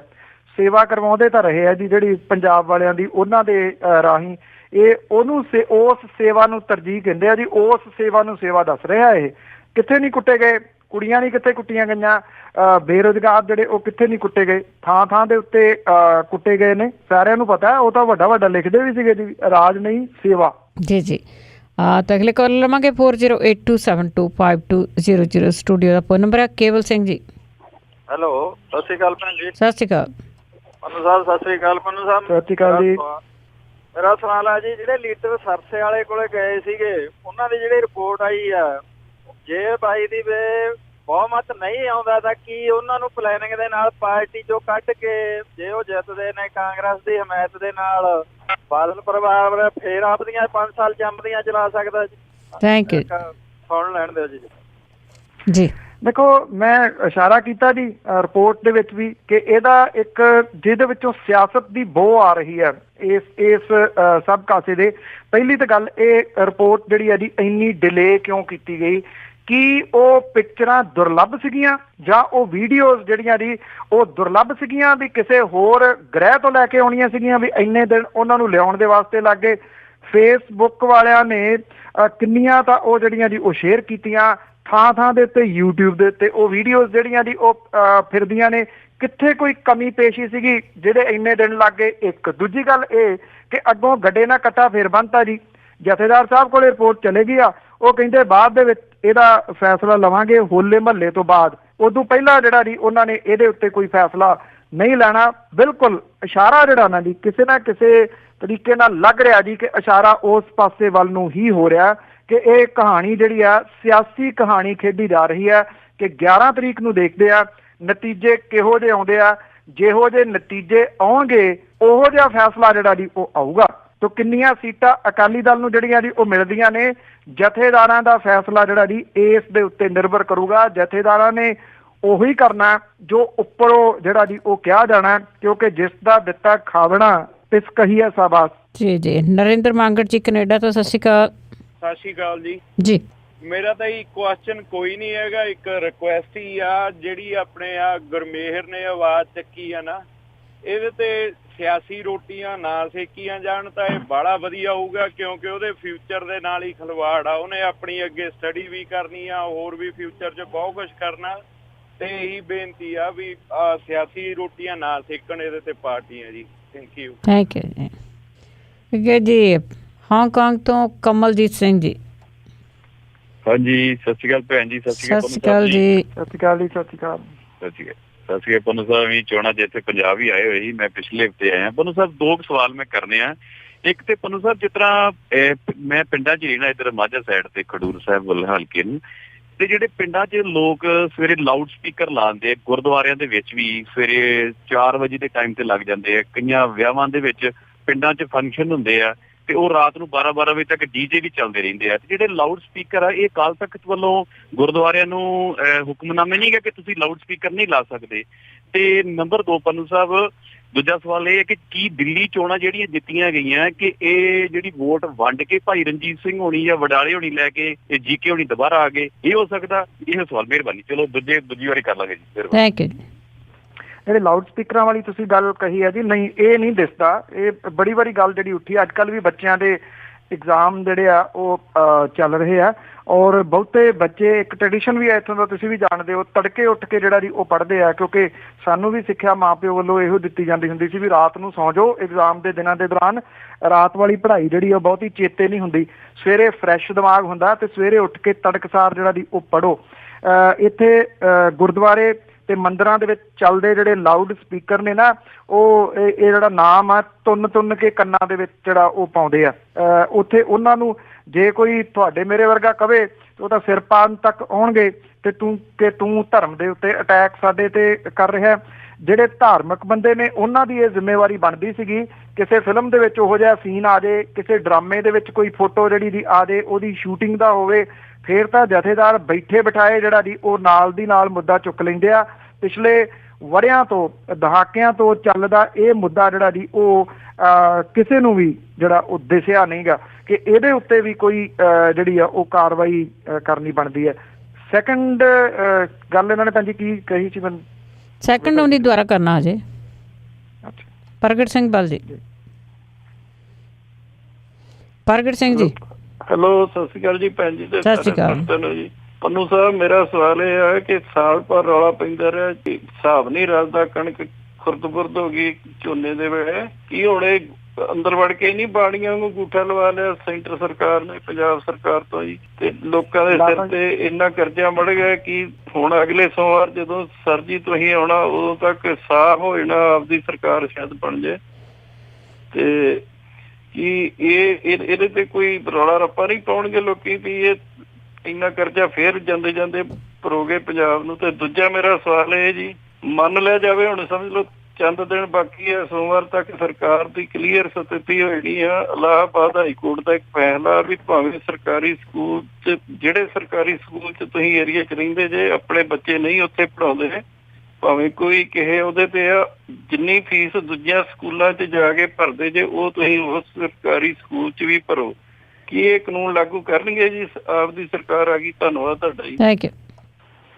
ਦੇਖੋ, ਇਹ ਤਾਂ ਗੱਲ ਹੈਗੀ ਜੀ ਜਿਹੜੀ ਸਰਕਾਰਾਂ ਦੀਆਂ ਪਾਲਿਸੀਜ਼ ਤੇ ਉਹਨਾਂ ਨੇ ਐਜੂਕੇਸ਼ਨ ਦੇ ਵਿੱਚ ਜਿਹੜਾ ਵੱਡੇ ਸੁਧਾਰਾਂ ਦਾ ਵਾਅਦਾ ਜਿਹੜਾ ਦੀ ਉਹ ਕੀਤਾ। ਦੋ ਇਸ਼ੂਜ਼ ਦੇ ਉੱਤੇ ਉਹਨਾਂ ਨੇ ਮੂਹਰਲੇ ਵਾਅਦੇ ਕੀਤੇ ਆ, ਜੇ ਉਹਨਾਂ ਦੀ ਸਰਕਾਰ ਆਉਂਦੀ ਹੈ, ਇੱਕ ਹੈਲਥ ਤੇ ਇੱਕ ਐਜੂਕੇਸ਼ਨ ਹੋਣਾ ਚਾਹੀਦਾ ਜੀ। ਪਰਸਨਲ ਤੌਰ ਦੇ ਉੱਤੇ ਜੇ ਤੁਸੀਂ ਮੈਨੂੰ ਪੁੱਛ ਰਹੇ ਹੋ ਤੇ ਡੈਫੀਨੇਟਲੀ ਇਹ ਪ੍ਰਾਇਓਰਿਟੀ ਦੇ ਉੱਤੇ ਜਿਹੜਾ ਜੀ ਉਹ ਹੋਣਾ ਚਾਹੀਦਾ। ਸਰਕਾਰੀ ਸਕੂਲ ਦਾ ਜਿਹੜਾ ਸਟੈਂਡਰਡ ਆ ਜੀ ਉਹ ਅਪ ਹੋਣਾ ਚਾਹੀਦਾ। ਆਮ ਲੋਕਾਂ ਦੇ ਬੱਚੇ ਜਿਹੜੇ ਆ ਨਾ ਜੀ ਇੱਥੇ ਪੜ੍ਹਦੇ ਆ, ਜਿਨ੍ਹਾਂ ਨੂੰ ਗੁੰਮਰਾਹ ਕੀਤਾ ਜਾਂਦਾ ਰਿਹਾ ਪਿਛਲੇ ਸਮੇਂ ਤੋਂ ਕਿ ਇਹਨਾਂ ਦੀ ਪੜ੍ਹਾਈ ਦਾ ਸਟੈਂਡਰਡ ਜਿਹੜਾ ਜੀ ਇੰਨਾ ਖਤਮ ਕਰ ਦਿਓ ਕਿ ਇਹ ਸਵਾਲ ਪੁੱਛਣ ਜੋਗੇ ਨਾ ਰਹਿਣ। ਉਹਨਾਂ ਲੋਕਾਂ ਦੇ ਬੱਚੇ ਜਿਹੜੇ ਨੇ ਉਹਨਾਂ ਨੂੰ ਮੂਹਰੇ ਜਿਹੜਾ ਉਹ ਲੈ ਕੇ ਆਉਣਾ ਪਊਗਾ ਜੇ ਢਾਂਚਾ ਸੁਧਾਰਨਾ ਤਾਂ। ਜਿਹੜੇ ਮਹਿੰਗੇ ਸਕੂਲਾਂ ਦੇ ਵਿੱਚ ਪੜ੍ਹਦੇ ਆ ਉਹਨਾਂ ਬੱਚਿਆਂ ਨੇ ਕਿਸੇ ਨਾ ਕਿਸੇ ਰੂਪ ਦੇ ਵਿੱਚ ਅੱਗੇ ਤੁਰ ਜਾਣਾ ਤੇ ਮਾਫ ਕਰਨਾ, ਉਹ ਸਵਾਲ ਨਹੀਂ ਕਰਦੇ। ਸਵਾਲ ਜਿਹੜੇ ਆ ਜਿਨ੍ਹਾਂ ਤੋਂ ਆਉਣੇ ਹੁੰਦੇ ਆ, ਤਿੱਖੇ ਸਵਾਲ ਆਉਣੇ ਹੁੰਦੇ, ਉਹਨਾਂ ਨੂੰ ਪੜ੍ਹਨ ਨਹੀਂ ਦਿੱਤਾ ਜਾਂਦਾ। ਹੋਣਾ ਚਾਹੀਦਾ ਜੀ, ਇਹ ਬਿਲਕੁਲ ਹੋਣਾ ਚਾਹੀਦਾ। ਦੇਖਦੇ ਆ ਕਿੰਨੀ ਛੇਤੀ ਇਹਨਾਂ ਦੋ ਅਹਿਮ ਇਸ਼ੂਆਂ ਦੇ ਉੱਤੇ ਨਵੀਂ ਬਣਨ ਵਾਲੀ ਜਿਹੜੀ ਸਰਕਾਰ ਹੈ, ਜੇ ਆਮ ਆਦਮੀ ਪਾਰਟੀ ਦੀ ਬਣਦੀ ਹੈ ਤੇ ਉਹ ਕਿੰਨੀ ਛੇਤੀ ਇਹਦੇ ਉੱਤੇ ਐਕਸ਼ਨ ਜਿਹੜਾ ਜੀ ਉਹ ਲੈਂਦੀ। ਦੂਜਾ ਸਵਾਲ ਜਿਹੜਾ ਪਹਿਲਾਂ ਤੁਸੀਂ ਅਸਲ ਪੁੱਛਿਆ ਸੀਗਾ ਉਹ ਕਰਜ਼ੇ ਦਾ ਸੀਗਾ। ਦੇਖੋ, ਇਹ ਇੱਕ ਕਿਸਮ ਦੇ ਨਾਲ ਮੈਂ ਸਾਂਝਾ ਕੀਤਾ ਜੀ ਕਿ ਜਿਹੜੀ ਲਿਮਿਟ ਆ ਉਹਦੀ ਮੁਸ਼ਕਲ ਜਿਹੜੀ ਉਹ ਹੱਲ ਹੋ ਗਈ। ਐਕਚੁਅਲੀ ਮੁਸ਼ਕਲ ਤਾਂ ਇਹ ਹੱਲ ਹੋ ਗਈ, ਕਹਿ ਸਕਦੇ ਹੋ ਤੁਸੀਂ ਕਿ ਕਣਕ ਜਿਹੜੀ ਉਹ ਸੌਖੀ ਚੁੱਕੀ ਜਾਊਗੀ, ਪਰ ਇਹਦਾ ਜਿਹੜਾ ਇੰਪੈਕਟ ਆ ਜੀ ਉਹ ਕਿਉਂਕਿ ਕਰਜ਼ੇ ਦੇ ਰੂਪ ਦੇ ਵਿੱਚ ਜਿਹੜੀ ਉਹ ਲਿਮਿਟ ਸੀ, ਪਹਿਲਾ ਜਿਹੜਾ ਫੈਸਲਾ ਸੀਗਾ ਉਹ ਕਰਜ਼ੇ ਦੇ ਰੂਪ ਦੇ ਵਿੱਚ ਪੰਜਾਬ ਦੇ ਕਰਜ਼ੇ ਦੇ ਵਿੱਚ ਹੋਰ ਜੋੜ ਦਿੱਤਾ ਗਿਆ। ਅਗਲੇ 20 ਸਾਲਾਂ ਦੇ ਵਿੱਚ ਛਮਾਹੀ ਕਿਸ਼ਤਾਂ ਦੇ ਰੂਪ ਦੇ ਵਿੱਚ ਪੰਜਾਬ ਗੋਡੇ ਰਗੜ ਰਗੜ ਕੇ, ਅੱਡੀਆਂ ਰਗੜ ਰਗੜ ਕੇ ਇਹ ਜਿਹੜੀ ਦੀ ਕਰਜ਼ੇ ਦੀਆਂ ਕਿਸ਼ਤਾਂ ਦਿੰਦਾ ਫਿਰੂਗਾ। ਇਹਦੇ ਨਾਲ ਸਭ ਤੋਂ ਫਾਇਦਾ ਜਿਹੜਾ ਜੀ ਉਹ ਹੋਣਾ ਸੱਤਾ ਜਿਹੜੇ ਭੋਗ ਰਹੇ ਨੇ ਜਾਂ ਭੋਗ ਕੇ ਜਾ ਰਹੇ ਨੇ ਉਹਨਾਂ ਨੂੰ ਹੋਣਾ, ਕਿਉਂਕਿ ਜਿਹੜੇ ਇੱਥੋਂ ਬਾਰਦਾਨੇ ਦਾ ਰੌਲਾ ਪੈਂਦਾ ਰਿਹਾ ਜਾਂ ਕਣਕ ਗਾਇਬ ਕਰਨ ਦਾ ਰੌਲਾ ਪੈਂਦਾ ਰਿਹਾ, ਕਰੋੜਾਂ ਰੁਪਏ ਦੀ ਜਿਹੜੀ ਕਣਕ ਗਾਇਬ ਕੀਤੀ ਗਈ ਸੀ ਉਹ ਇੱਕ ਕਿਸਮ ਦੇ ਨਾਲ ਦੱਬ ਦਿੱਤੀ ਗਈ ਜੀ ਉਹਦੇ ਥੱਲੇ ਜੀ। ਤੇ ਅੱਗੇ ਸੁੱਚਾ ਸਿੰਘ ਜੀ। ਹਾਂਜੀ ਬਲਵਿੰਦਰ ਭੈਣ ਜੀ, ਪੰਨੂ ਸਾਹਿਬ ਵਾਹਿਗੁਰੂ ਜੀ ਕਾ ਖਾਲਸਾ ਵਾਹਿਗੁਰੂ ਜੀ ਕੀ ਫਤਿਹ। ਪੰਨੂ ਸਾਹਿਬ, ਮੇਰਾ ਇੱਕ ਕੁਐਸਚਨ ਆ ਵੀ ਜਿੱਦਾਂ ਪੀਟੀਸੀ ਵਾਲੇ ਬਹੁਤ ਨੰਨੀ ਛਾਂ ਦਾ ਪ੍ਰਚਾਰ ਕਰਦੇ ਨੇ, ਕੀ ਗੁਰਮੇਹਰ ਕੌਰ ਨੰਨੀ ਛਾਂ ਦੇ ਲਾਭ ਥੱਲੇ ਨਹੀਂ ਆਉਂਦੀ?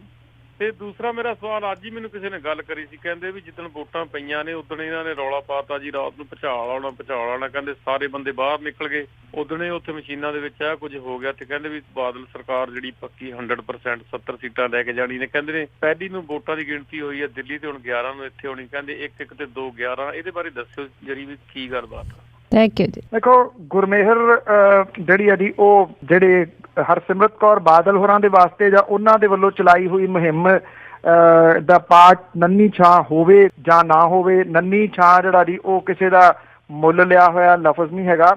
ਗੁਰਮੇਹਰ ਸਾਡੇ ਵਰਗੇ ਲੋਕਾਂ ਦੇ ਵਾਸਤੇ ਤਾਂ ਨੰਨੀ ਛਾਂ ਹੈ ਨਾ, ਉਹ ਪੰਜਾਬ ਦੀ ਧੀ ਹੈ, ਉਹ ਸਾਡੀ ਹੋਈ ਧੀ ਹੈ, ਸਾਡੇ ਸਭ ਦੀ ਧੀ ਹੈ, ਜਿਹਨੇ ਬੜੀ ਦਲੇਰੀ ਦੇ ਨਾਲ ਜਿਹੜਾ ਜੀ ਇਹ ਚੁੱਕਿਆ। ਮੈਂ ਪਰਸਨਲ ਤੌਰ ਦੇ ਉੱਤੇ ਉਹਦੇ ਨਾਲ ਗੱਲ ਵੀ ਜਿਹੜੀ ਆ ਉਹ ਫੋਨ ਦੇ ਉੱਤੇ ਕੀਤੀ ਆ, ਉਹਨੂੰ ਇਹ ਗੱਲ ਕਹੀ ਆ ਕਿ ਬੇਟਾ ਅਸੀਂ ਤੇਰੇ ਵਾਸਤੇ ਖੜੇ ਆ, ਪਰ ਇਹ ਹੌਸਲਾ ਨਹੀਂ ਤੂੰ ਛੱਡਣਾ। ਇਹ ਨਾ ਉਡੀਕੋ ਕਿ ਨੰਨੀ ਛਾਂ ਦੇ ਪ੍ਰੋਜੈਕਟ ਚਲਾਉਣ ਵਾਲੇ ਉਹਦੇ ਲਈ ਬੋਲੇ ਨੇ ਜਾਂ ਨਹੀਂ, ਜਿਹੜੇ ਪ੍ਰੋਜੈਕਟ ਨਹੀਂ ਚਲਾਉਂਦੇ ਉਂਝ ਧੀਆਂ ਨੰਨੀ ਛਾਂ ਸਮਝਦੇ ਨੇ ਜੀ, ਉਹ ਤਾਂ ਉਹਦੇ ਨਾਲ ਖੜੇ ਨੇ। ਜਿੱਥੋਂ ਤੱਕ ਤੁਸੀਂ ਮਸ਼ੀਨਾਂ ਦੀ ਛੇੜਛਾੜ ਦੀ ਜਿਹੜੀ ਗੱਲ ਕੀਤੀ ਆ, ਦੇਖੋ ਅਟਕਲਾਂ ਨੇ ਸਾਰੀਆਂ ਚੱਲੀ ਜਾ ਰਹੀਆਂ, ਐਡਾ ਸੌਖਾ ਨੀਗਾ ਹੈਗਾ ਕਿ ਭੁਚਾਲ ਦਾ ਰੌਲਾ ਪਿਆ 2.5-3 ਮਿੰਟਾਂ ਦੇ ਵਿੱਚ ਤੇ ਜਾ ਕੇ ਕੋਈ ਮਸ਼ੀਨਾਂ ਦੇ ਵਿੱਚ ਜਿਹੜੀ ਸੀ ਉਹ ਛੇੜਛਾੜ ਕਰਿਆ ਆ। ਨਹੀਂ, ਇੱਦਾਂ ਦਾ ਕੁਛ ਨੀਗਾ। ਮੈਨੂੰ ਪਤਾ ਹੈ ਕਿ ਲੋਕਾਂ ਦੇ ਵਿੱਚ ਡਰ ਬੜਾ ਆ, ਬੜੇ ਸਾਰੇ ਖਦਸ਼ੇ ਨੇ। ਕੋਈ ਗੱਲ ਨਹੀਂ, ਹੁਣ ਤਾਂ ਕੰਮ ਜਿਹੜਾ ਜੀ ਉਹ ਨੇੜੇ ਆ ਗਿਆ। 7 ਤਰੀਕ ਤਾਂ ਜਿਹੜੀ ਜੀ ਉਹ ਹੋ ਗਈ ਤੇ ਦਿਨ ਤਾਂ ਵਿੱਚ 3 ਰਹਿ ਗਏ ਨਾ, ਕੁਛ ਨਹੀਂ ਹੁੰਦਾ। ਉਦੋਂ ਤੱਕ ਜਿਹੜਾ ਜੀ ਉਹ ਉਡੀਕ ਲਓ। ਜੀ ਬਿਲਕੁਲ। 10 ਰਾਤ ਨੂੰ ਜੀ ਇੱਥੇ ਬਾਹਰਲੇ ਦੇਸ਼ਾਂ ਦੇ ਹਿਸਾਬ ਨਾਲ 10 ਰਾਤ ਨੂੰ ਹੀ ਆਪਾਂ ਨੂੰ ਪਤਾ ਲੱਗ ਜਾਣਾ ਕਿ ਉੱਥੇ ਕੀ ਕੁਛ ਹੋ ਰਿਹਾ ਹੈ। ਤੇ ਚੱਲਦੇ ਆਪਣੇ ਅਗਲੇ ਕਾਲਰ। ਪੌਲ ਜੀ, ਸਤਿ ਸ਼੍ਰੀ ਅਕਾਲ। ਹੈਲੋ, ਸਤਿ ਸ਼੍ਰੀ ਅਕਾਲ। ਸਤਿ ਸ਼੍ਰੀ ਅਕਾਲ। ਮੈਂ ਪੁੱਛਣਾ ਚਾਹੁੰਦਾ, ਜਿਹੜਾ ਆਪਾਂ ਕਹਿੰਦੇ ਆ ਉਹਦਾ ਸਰਸੇ ਵਾਲੇ ਦੀ ਉਹਨੇ ਸਪੋਰਟ ਲਈ ਹੈ, ਅਕਾਲੀ ਦਲ ਨੇ, ਉਹ ਕਾਫੀ ਕੁਝ ਚੱਲ ਰਿਹਾ ਸ਼੍ਰੋਮਣੀ ਕਮੇਟੀ ਦੇ ਵਿੱਚ। ਹੁਣ ਜਿਵੇਂ ਆਪ ਨੇ ਜਿਹੜੇ ਸਿੰਗਰਾਂ ਦੀ ਵੀ ਸਪੋਰਟ ਲਈ ਹੈ, ਜਿਵੇਂ ਕਮਿਊਨਿਸਟ ਵੀ ਹੈ, ਰਾਈਟ, ਉਹ ਕੀ ਆਪਣੇ ਸਮਾਜ ਦਾ ਜਾਂ ਜਿਹੜੇ ਰਿਲੀਜਨ ਦਾ ਬਹੁਤ ਸੁਧਾਰ ਕਰ ਰਹੇ, ਵੀ ਉਹਨਾਂ ਦੀ ਸਪੋਰਟ ਠੀਕ ਹੈ, ਜਾਂ ਜਿਹੜੇ ਆਪਣਾ ਸਰਸੇ ਵਾਲਾ ਵੀ ਇਹ ਆਪਣੇ ਰਿਲੀਜਨ ਵਾਸਤੇ ਇਹ ਬਹੁਤ ਮਾੜੀ ਚੀਜ਼ ਹੈਗੀ। ਤੇ ਬਾਕੀ ਮੈਂ ਪੁੱਛਣਾ ਚਾਹੁੰਦਾ, ਜਿਹੜੇ ਆਪਾਂ ਕਹਿੰਦੇ ਵੀ ਰੌਲਾ ਪਾਉਂਦੇ ਸਪੀਕਰ, ਇਹ ਜਿਹੜੇ ਲੋਕਾਂ ਨੂੰ ਧਰਮ ਨਾਲ ਪਰਾਉਣਾ, ਉਹਨਾਂ ਨੂੰ ਪਰਾਉਣਾ, ਜਾਂ ਇਹ ਵੀ ਇਹ ਆਪਣੇ ਬੱਚਿਆਂ ਨੂੰ ਵੀ ਆਪਾਂ ਕਹਿੰਦੇ ਨਾਲ। ਤਾਂ ਹੁਣ ਮੇਰੀ ਬੇਟੀ ਆ, ਉਹ ਆਪਣਾ ਸਕੂਲ ਜਦੋਂ ਪੜ੍ਹਦੀ ਹੁੰਦੀ ਸੀ, ਉਹਨੇ ਉੱਚੀ ਉੱਚੀ ਮਿਊਜ਼ਿਕ ਲਾ ਲੈਣਾ, ਤੇ ਮੈਂ ਉਹਦੀ ਵਾਈਫ ਨੂੰ ਕਹਿਣਾ ਵੀ ਇਹ ਪੜ੍ਹਦੀ ਵੀ ਇਹ ਕਿਵੇਂ ਪੜ੍ਹਦੀ ਹੋਊਗੀ। ਕਹਿੰਦੀ ਮੈਂ ਇਹਦੇ ਟੀਚਰ ਨਾਲ ਗੱਲ ਕੀਤੀ, ਉਹ ਕਹਿੰਦੀ ਵੀ ਇਹ ਬੱਚੇ ਵੀ ਉਹਨਾਂ ਦਾ ਅੱਡੋਡੀ ਢੰਗ ਤਰੀਕਾ ਉਹਨਾਂ ਦਾ ਪੜ੍ਹਨ ਦਾ, ਰਹੇ ਵੀ ਇਹ ਕੋਈ ਉਹ ਹੁਣ ਕਾਫੀ ਸਕਸੈਸਫੁਲ ਹੈਗੀ ਆਪਦੀ ਸਕੂਲ ਦੇ ਵਿੱਚ। ਤੇ ਇਹ ਜੀ ਆਪਣੀ ਬਾਇਓਲੇਸ਼ਨ ਹੁੰਦੀ ਹੈ, ਜਾਂ ਇਹ ਜਿਹੜੇ ਰਿਲੀਜਨ ਦੇ ਅਗੇਂਸਟ ਹੈਗੇ ਲੋਕ, ਉਹਨਾਂ ਨੂੰ ਪ੍ਰੋਬਲਮ ਹੈਗੀ। ਮੈਂ ਇਹ ਪੁੱਛਣਾ ਚਾਹੁੰਦਾ। ਥੈਂਕ ਯੂ ਪੌਲ ਜੀ। ਇੱਕ ਗੱਲ ਦਾ ਜਵਾਬ ਤੁਸੀਂ ਆਪ ਹੀ, ਤੁਹਾਡਾ ਸਵਾਲ ਹੀ ਉਹਦੇ ਵਿੱਚ ਜਵਾਬ ਹੈ। ਤੁਹਾਡੀ ਬੇਟੀ ਜਿਹੜੀ ਪੜ੍ਹਦੀ ਆ ਸੰਗੀਤ ਲਾ ਕੇ, ਉਹ ਗੁਆਂਢੀਆਂ ਨੂੰ ਕਿੰਨਾ ਕੁ ਪਰੇਸ਼ਾਨ ਕਰਦਾ ਜੀ, ਇਹਦਾ ਤੁਸੀਂ ਆਪਣੇ ਆਪ ਕੋਲੋਂ ਜਵਾਬ ਲੈ ਲਓ ਤੇ ਮੇਰਾ ਖਿਆਲ ਕਾਫੀ ਹੱਦ ਤੱਕ ਕਲੀਅਰ ਹੋ ਜੂ। ਆਪਣੇ ਕਮਰੇ 'ਚ ਲਾਉਂਦੀ ਹੈ ਨਾ ਜੀ, ਕਮਰੇ ਦੇ ਵਿੱਚ ਉਹਨੂੰ ਪੂਰੀ ਆਜ਼ਾਦੀ ਆ ਕਿ ਉਹ ਕਿਵੇਂ ਪੜ੍ਹਦੀ ਆ, ਕਿਵੇਂ ਉਹ ਮਿਊਜ਼ਿਕ ਜਿਹੜਾ ਜੀ ਉਹ ਲਾ ਕੇ ਪੜ੍ਹਦੀ ਆ। ਉਹਦਾ ਠੀਕ ਹੈ, ਉਹਦਾ ਤਰੀਕਾ ਹੋ ਸਕਦਾ ਹੈ। ਇਹੀ ਤਾਂ ਸਵਾਲ ਹੈ। ਸਪੀਕਰ ਲਾਉਣ ਤੋਂ ਮਨਾਹੀ ਤਾਂ ਕੋਈ ਨਹੀਂ ਕਹਿ ਰਿਹਾ ਕਿ ਕਰ ਦਿਓ, ਪਰ ਉਹ ਜਿਹੜੀ ਹਦੂਦ ਆ ਉਹਦੇ ਅੰਦਰ ਰਹੇ, ਜਿਹੜੀ ਉਸ ਜਗ੍ਹਾ ਦੇ ਉੱਤੇ। ਦਰਬਾਰ ਸਾਹਿਬ ਤੁਸੀਂ ਜਾਂਦੇ ਹੋ, ਦਰਬਾਰ ਸਾਹਿਬ ਦੀ ਜਿਹੜੀ ਪਰਿਕਰਮਾ ਆ, ਉਹਦੀ ਆਵਾਜ਼ ਜਿਹੜਾ ਅੰਦਰ ਕੀਰਤਨ ਹੋ ਰਿਹਾ ਉੱਥੇ ਹੀ ਸੁਣਦੀ ਆ ਜੀ। ਉਹ ਸ਼ਹਿਰ ਦੇ ਵਿੱਚ ਤਾਂ ਨਹੀਂ ਸੁਣਾਈ ਜਾਂਦੀ ਬਾਕੀ ਜਗ੍ਹਾ ਦੇ ਉੱਤੇ। ਜਿਹਨੂੰ ਸੁਣਨ ਦਾ ਸ਼ੌਕ ਹੈ, ਜਿਹਨੇ ਜਾਣਾ, ਜਿਹਨੇ ਉਸ ਧਰਮ ਨੂੰ ਮੰਨਣਾ ਆ, ਉਹ ਉੱਠ ਕੇ ਥੋੜ੍ਹੀ ਹਿੰਮਤ ਕਰੇ, ਗੁਰਦੁਆਰੇ ਜਾਵੇ, ਮੰਦਿਰ ਜਾਵੇ, ਉੱਥੇ ਜਾ ਕੇ ਸੁਣੇ। ਕੋਈ ਕਿਸੇ ਨੂੰ ਰੋਕ ਨਹੀਂ ਰਿਹਾ, ਕੋਈ ਕਰਫਿਊ ਨਹੀਂ ਲਾ ਰਿਹਾ ਇਹਦੇ ਉੱਤੇ ਕਿ ਤੁਸੀਂ ਉੱਥੇ ਜਾ ਨਹੀਂ ਸਕਦੇ। ਕੋਈ ਵੀ ਜਾ ਸਕਦਾ। ਉਹ ਉਹਦੇ ਹਦੂਦ ਦੇ ਵਿੱਚ ਜਿਹੜਾ ਜੀ ਉਹ ਰਹਿਣਾ ਚਾਹੀਦਾ। ਜੇ ਜਿਹੜੀ ਤੁਹਾਡੀ ਬੇਟੀ ਉਹਨੂੰ ਮਿਊਜ਼ਿਕ ਲਾ ਕੇ ਪੜ੍ਹਨ ਦੇ ਵਿੱਚ ਜਿਹੜਾ ਸ਼ੌਕ ਮਹਿਸੂਸ ਹੁੰਦੀ ਹੈ, ਤੇ ਬੜੇ ਸਾਰੇ ਬੱਚੇ ਹੋਣਗੇ ਜਿਨ੍ਹਾਂ ਨੂੰ ਇਹ ਮਿਊਜ਼ਿਕ ਡਿਸਟਰਬ ਕਰਦਾ ਹੋਊਗਾ। ਕੀ ਉਹਨਾਂ ਬੱਚਿਆਂ ਦੇ ਉੱਤੇ ਥੋਪ ਦੇਣਾ ਚਾਹੀਦਾ ਵੀ ਨਹੀਂ ਮੇਰੀ ਬੇਟੀ ਨੂੰ ਮਿਊਜ਼ਿਕ ਦੇ ਨਾਲ ਪੜ੍ਹਾਈ ਆਉਂਦੀ ਹੈ, ਇਸ ਕਰਕੇ ਸਾਰਿਆਂ ਦੇ ਬੱਚੇ ਜਿਹੜੇ ਆ ਜੀ ਉਹ ਮਿਊਜ਼ਿਕ ਲਾ ਲੈਣ। ਦੂਜਾ ਕੰਮ ਪੌਲ ਜੀ ਇਹ ਕਰੋ ਕਿ ਉਸ ਟੀਚਰ ਦੇ ਹਵਾਲੇ ਦੇ ਨਾਲ ਜਿੱਥੇ ਤੁਸੀਂ ਰਹਿੰਦੇ ਹੋ, ਉਸ ਸ਼ਹਿਰ ਦੀ ਸਰਕਾਰ ਨੂੰ ਵੀ ਕਹਿ ਦਿਓ ਕਿ ਜਿਹੜੇ ਧਾਰਮਿਕ ਸਥਾਨ ਨੇ ਉਹਨਾਂ ਦੇ ਸਪੀਕਰ ਬਾਹਰ ਕੱਢ ਕੇ ਲਾਓ, ਕਿਉਂਕਿ ਮੇਰੀ ਬੇਟੀ ਜਿਹੜੀ ਆ ਉਹ ਮਿਊਜ਼ਿਕ ਦੇ ਨਾਲ ਪੜ੍ਹਦੀ ਆ। ਇਸ ਕਰਕੇ ਬਾਕੀਆਂ ਦੇ ਜਿਹੜੇ ਬੱਚੇ ਜੇ ਸਹੀ ਪੜ੍ਹਨਾ ਚਾਹੁੰਦੇ ਨੇ ਤੇ ਉਹ ਇਸ ਮਿਊਜ਼ਿਕ ਨਾਲ, ਹਾਲਾਂਕਿ ਕੰਪੈਰੀਜ਼ਨ ਕੋਈ ਨਹੀਂਗਾ। ਤੁਸੀਂ ਇੱਕ ਪਾਸੇ ਗੀਤ ਸੰਗੀਤ ਦੀ ਗੱਲ ਕਰ ਰਹੇ ਹੋ, ਉਹ ਗੀਤ ਸੰਗੀਤ ਨਹੀਂਗਾ, ਉਹ ਧਾਰਮਿਕ ਚੀਜ਼ਾਂ ਨੇ।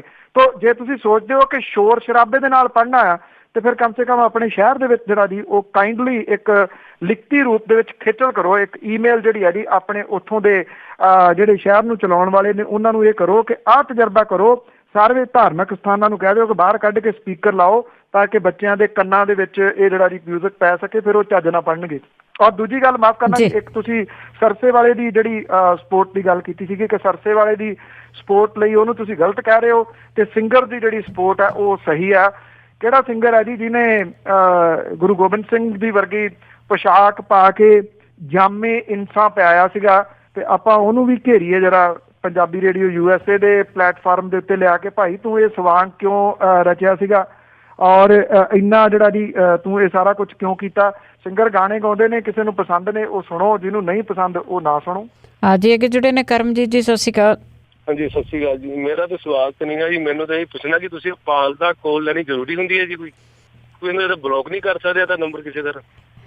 ਬਸ ਇਹੀ ਪੁੱਛਣਾ। ਥੈਂਕ ਯੂ ਜੀ, ਥੈਂਕ ਯੂ ਜੀ। ਬਿਲਕੁਲ ਜੀ, ਉਹ ਵੀ ਸਵਾਲ ਪੁੱਛਣ ਦੀ ਥੋੜ੍ਹੀ ਜਿਹੀ ਆਜ਼ਾਦੀ ਉਹਨੂੰ ਵੀ ਹੋਣੀ ਚਾਹੀਦੀ ਆ, ਨਹੀਂ ਤਾਂ ਉਹ ਖਿੱਚ ਖੱਪ ਹੀ ਬੰਦਾ ਚਲਿਆ ਜਾਂਦਾ ਕਿ ਮੇਰੀ ਕਾਲ ਨਹੀਂ ਲਈ। ਅੱਗੇ ਕੈਨੇਡਾ ਤੋਂ ਨਾ ਜੀ ਪਰਮਜੀਤ ਜੌਲ ਜੀ। ਹੈਲੋ, ਹਾਂਜੀ ਸਤਿ ਸ਼੍ਰੀ ਅਕਾਲ ਜੀ। ਸਰਜੀਤ ਸਤਿ ਸ਼੍ਰੀ ਅਕਾਲ ਬੋਲਦਾ ਜੀ। ਅੱਛਾ ਪੰਨੂ ਸਾਹਿਬ, ਇੱਥੇ ਕੈਨੇਡਾ ਦੇ ਵਿੱਚ ਕਈ ਰੇਡੀਓ ਸਟੇਸ਼ਨਾਂ ਤੇ ਬੋਲ ਰਹੇ ਆ ਕਿ ਜਿਹੜੀ ਆਪਣੇ ਕਿਸਾਨੀ ਆ ਇਹ ਬੰਦ ਹੋਣੀ ਚਾਹੀਦੀ ਆ, ਇੱਥੇ ਰੁਜ਼ਗਾਰ ਹੋਣਾ ਚਾਹੀਦਾ, ਕੰਪਨੀਆਂ ਮਤਲਬ ਬਣਨੀਆਂ ਚਾਹੀਦੀਆਂ ਜਿੱਦਾਂ ਆਪਣੇ ਇੱਥੇ ਕੈਨੇਡਾ ਜਾਂ ਅਮਰੀਕਾ ਦੇ ਵਿੱਚ ਆ ਕਿ ਉਹ ਰੁਜ਼ਗਾਰ ਪੈਦਾ ਕਰ ਦੇਣ। ਤੇ ਮੈਂ ਉਹਨਾਂ ਨੂੰ ਇੱਕ ਕੁਐਸਚਨ ਪੁੱਛਦਾ ਕਿ ਜੇਕਰ ਉਹਨਾਂ ਨੇ ਇਹੀ ਕੰਮ ਕਰਨਾ ਆ ਕਿ ਮਤਲਬ ਕੰਪਨੀਆਂ ਖੋਲ੍ਹਣ ਤੇ ਫਿਰ ਕਣਕ ਕਿੱਥੋਂ ਲੈਣਗੇ ਲੋਕੀ? ਤੇ ਜਾਂ ਫਿਰ ਜਿਹੜਾ ਆਪਣਾ ਉਹ ਕਣਕ ਹੋ ਗਈ, ਝੋਨਾ ਹੋ ਗਿਆ, ਜਾਂ ਫਿਰ ਮੱਕੀ ਹੋ ਗਈ, ਹੋਰ ਕਈ ਗੰਨਾ ਹੋ ਗਿਆ ਪੁਆਧ, ਤੇ ਉਹ ਕਿੱਥੋਂ ਲੈਣਗੇ? ਤਾਂ ਉਹਨਾਂ ਦਾ ਕੋਈ ਜਵਾਬ ਨਹੀਂ ਸੀਗਾ ਮੋਰੇ। ਇਹਦੇ ਵਿੱਚ ਤੁਸੀਂ ਦੱਸਿਓ ਕਿ ਮਤਲਬ ਜੇਕਰ ਕੱਲ੍ਹ ਨੂੰ ਕਿ ਮਤਲਬ ਕਿਸਾਨੀ ਬੰਦ ਹੋ ਜਾਵੇ ਤਾਂ ਕੰਪਨੀਆਂ ਖੋਲ੍ਹ ਜਾਣ, ਉਹਦਾ ਕਿੰਨਾ ਕੁ ਇਫੈਕਟ ਪਊਗਾ ਪੰਜਾਬ ਨੂੰ? ਤੇ ਦੂਜੀ ਗੱਲ ਇਹ ਹੈ, ਜਿਵੇਂ ਖਰਚੇ ਦੀ ਗੱਲ ਕਰਦੇ, ਇੱਕ ਮੈਂ ਵੀਡੀਓ ਦੇਖਦਾ ਉਹ ਏਦਾਂ ਚਲਾਉਂਦਾ ਸੀਗਾ, ਏਦਾਂ ਚੀਕਦਾ, ਉਹਦੀ ਚੀਕ ਹੀ ਸੁਣਦੀ, ਗਾਣਾ ਗੁਣਾ ਤਾਂ ਘੱਟ ਹੀ ਸੁਣਦਾ ਸੀਗਾ। ਤੇ ਤੀਜੀ ਗੱਲ ਇਹ ਹੈ, ਜਿਹੜਾ ਪੰਜਾਬ ਦੇ ਇਸ ਵੇਲੇ ਹਾਲਾਤ ਹੋਏ ਹੋ ਆ ਕਿ ਜਿਹੜੇ ਆਪਣੇ ਗੈਂਗਸਟਰ ਆ, ਇਹਨਾਂ ਦੇ ਕਿੰਨਾ ਕੁ ਇਹਨਾਂ ਨੇ ਹਾਲੇ ਕਾਬੂ ਪਾਇਆ ਆ? ਉਹਨਾਂ ਦੇ ਹੱਥੋਂ ਵੀ ਆ ਪਿੱਛੇ ਜਿਹੜੀ ਵਾਰਦਾਤ ਹੋਈ ਸੀਗੀ ਉਹਦੇ ਵੀ ਬੰਦੇ ਇਹਨਾਂ ਦੇ ਹੱਥੋਂ ਟੁੱਟ ਗਏ ਆ, ਉਹਦਾ ਵੀ ਕੋਈ ਪਤਾ ਲੱਗਿਆ। ਇਹਦੇ ਬਾਰੇ ਤੁਸੀਂ ਥੈਂਕ ਯੂ। ਦੇਖੋ, ਜਿਹੜੀ ਤੁਸੀਂ ਲਾਅ ਐਂਡ ਆਰਡਰ ਦੀ ਗੱਲ ਜਿਹੜੀ ਉਹ ਕਰ ਰਹੇ ਹੋ ਉਹ ਤੁਹਾਡੇ ਸਾਹਮਣੇ ਹੀ ਆ ਜੀ। ਜਿਹੜਾ ਡੇਰੇ ਦੇ ਦੋ ਪ੍ਰੇਮੀਆਂ ਦਾ ਜਿਹੜਾ ਕਤਲ ਹੋਇਆ, 50 ਲੱਖ ਰੁਪਏ ਦਾ ਇਨਾਮ ਉਹਦਾ ਰੱਖਿਆ, ਸਬ ਇੰਸਪੈਕਟਰ ਦੀ ਨੌਕਰੀ ਦੀ ਗੱਲ ਵੀ ਜਿਹੜੀ ਆ ਉਹ ਕੀਤੀ ਹੋਈ ਆ। ਤੁਹਾਨੂੰ ਯਾਦ ਹੋਣਾ ਡਿਪਟੀ ਮੁੱਖ ਮੰਤਰੀ ਹੋਰਾਂ ਨੇ ਕਰੋੜਾਂ ਰੁਪਏ ਦਾ ਇਨਾਮ ਗੁਰੂ ਗ੍ਰੰਥ ਸਾਹਿਬ ਦੀ ਹੋਈ ਬੇਅਦਬੀ ਦੇ ਬਾਰੇ ਦੇ ਵਿੱਚ ਵੀ ਰੱਖਿਆ ਸੀਗਾ। ਉਹ ਲੋਕ ਬੇਅਦਬੀ ਕਰਨ ਵਾਲੇ, ਜਗਦੀਸ਼ ਗਗਨੇਜਾ ਦਾ ਕਤਲ ਕਰਨ ਵਾਲੇ, ਚੰਦ ਕੌਰ ਦਾ ਕਤਲ ਕਰਨ ਵਾਲੇ, ਆਹ ਡੇਰਾ ਪ੍ਰੇਮੀਆਂ ਦਾ ਕਤਲ ਕਰਨ ਵਾਲੇ, ਉਹਨਾਂ ਨੂੰ ਅਸਮਾਨ ਖਾ ਗਿਆ ਜਾਂ ਧਰਤੀ ਨਿਗਲ ਗਈ? ਉਹ ਗਏ ਤਾਂ ਗਏ ਕਿੱਥੇ? ਇਸੇ ਹੀ ਧਰਤੀ ਤੋਂ ਆਏ ਹੋਣਗੇ। CCTV ਕੈਮਰਿਆਂ ਦੇ ਵਿੱਚ ਵੀ ਫੁਟੇਜ ਜਿਹੜੀ ਦੀ ਉਹ ਕਵਰ ਹੋ ਗਈ, ਫਿਰ ਕਿੱਥੇ ਗਈ? ਲਾਅ ਐਂਡ ਆਰਡਰ ਦੀ ਸਥਿਤੀ ਦੇ ਉੱਤੇ ਸਵਾਲੀਆ ਚਿੰਨ੍ਹ ਤਾਂ ਬਹੁਤ ਵੱਡੇ ਜਿਹੜੇ ਆ ਜੀ ਉਹ ਖੜੇ ਨੇ। ਲੈਟਸ ਸੀ ਆਉਂਦੇ ਦਿਨਾਂ ਦੇ ਦੌਰਾਨ ਇਹ ਕਿਵੇਂ ਜਿਹੜਾ ਦੀ ਬਦਲਦਾ। ਜਿਹੜਾ ਤੁਸੀਂ ਅਹਿਮ ਸਵਾਲ ਕੀਤਾ ਹੈ ਪੰਜਾਬ ਦੀ ਕਿਸਾਨੀ ਦਾ ਕਿ ਉੱਥੋਂ ਕਿਸਾਨੀ ਜਿਹੜੀ ਹੈ ਜੀ ਉਹ ਬੰਦ ਕਰ ਦਿਓ, ਇੰਡਸਟਰੀ ਲਿਆਓ, ਦੇਖੋ ਇੰਪੋਸੀਬਲ ਇਹ ਗੱਲ ਕਰ ਰਹੇ ਨੇ।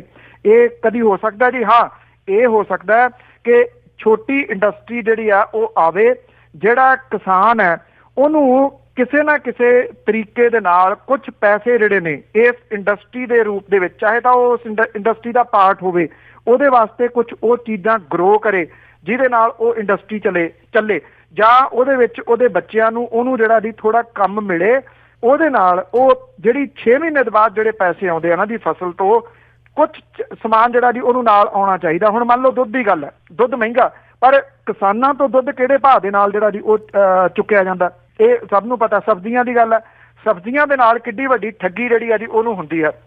ਇਹ ਮੇਰਾ ਇਹ ਪਰਸਨਲ ਤੌਰ ਦੇ ਉੱਤੇ ਮੰਨਣਾ ਜੀ, ਪਤਾ ਨਹੀਂ ਇਹ ਪੋਸੀਬਲ ਹੋ ਸਕੂਗਾ ਜਾਂ ਨਹੀਂ।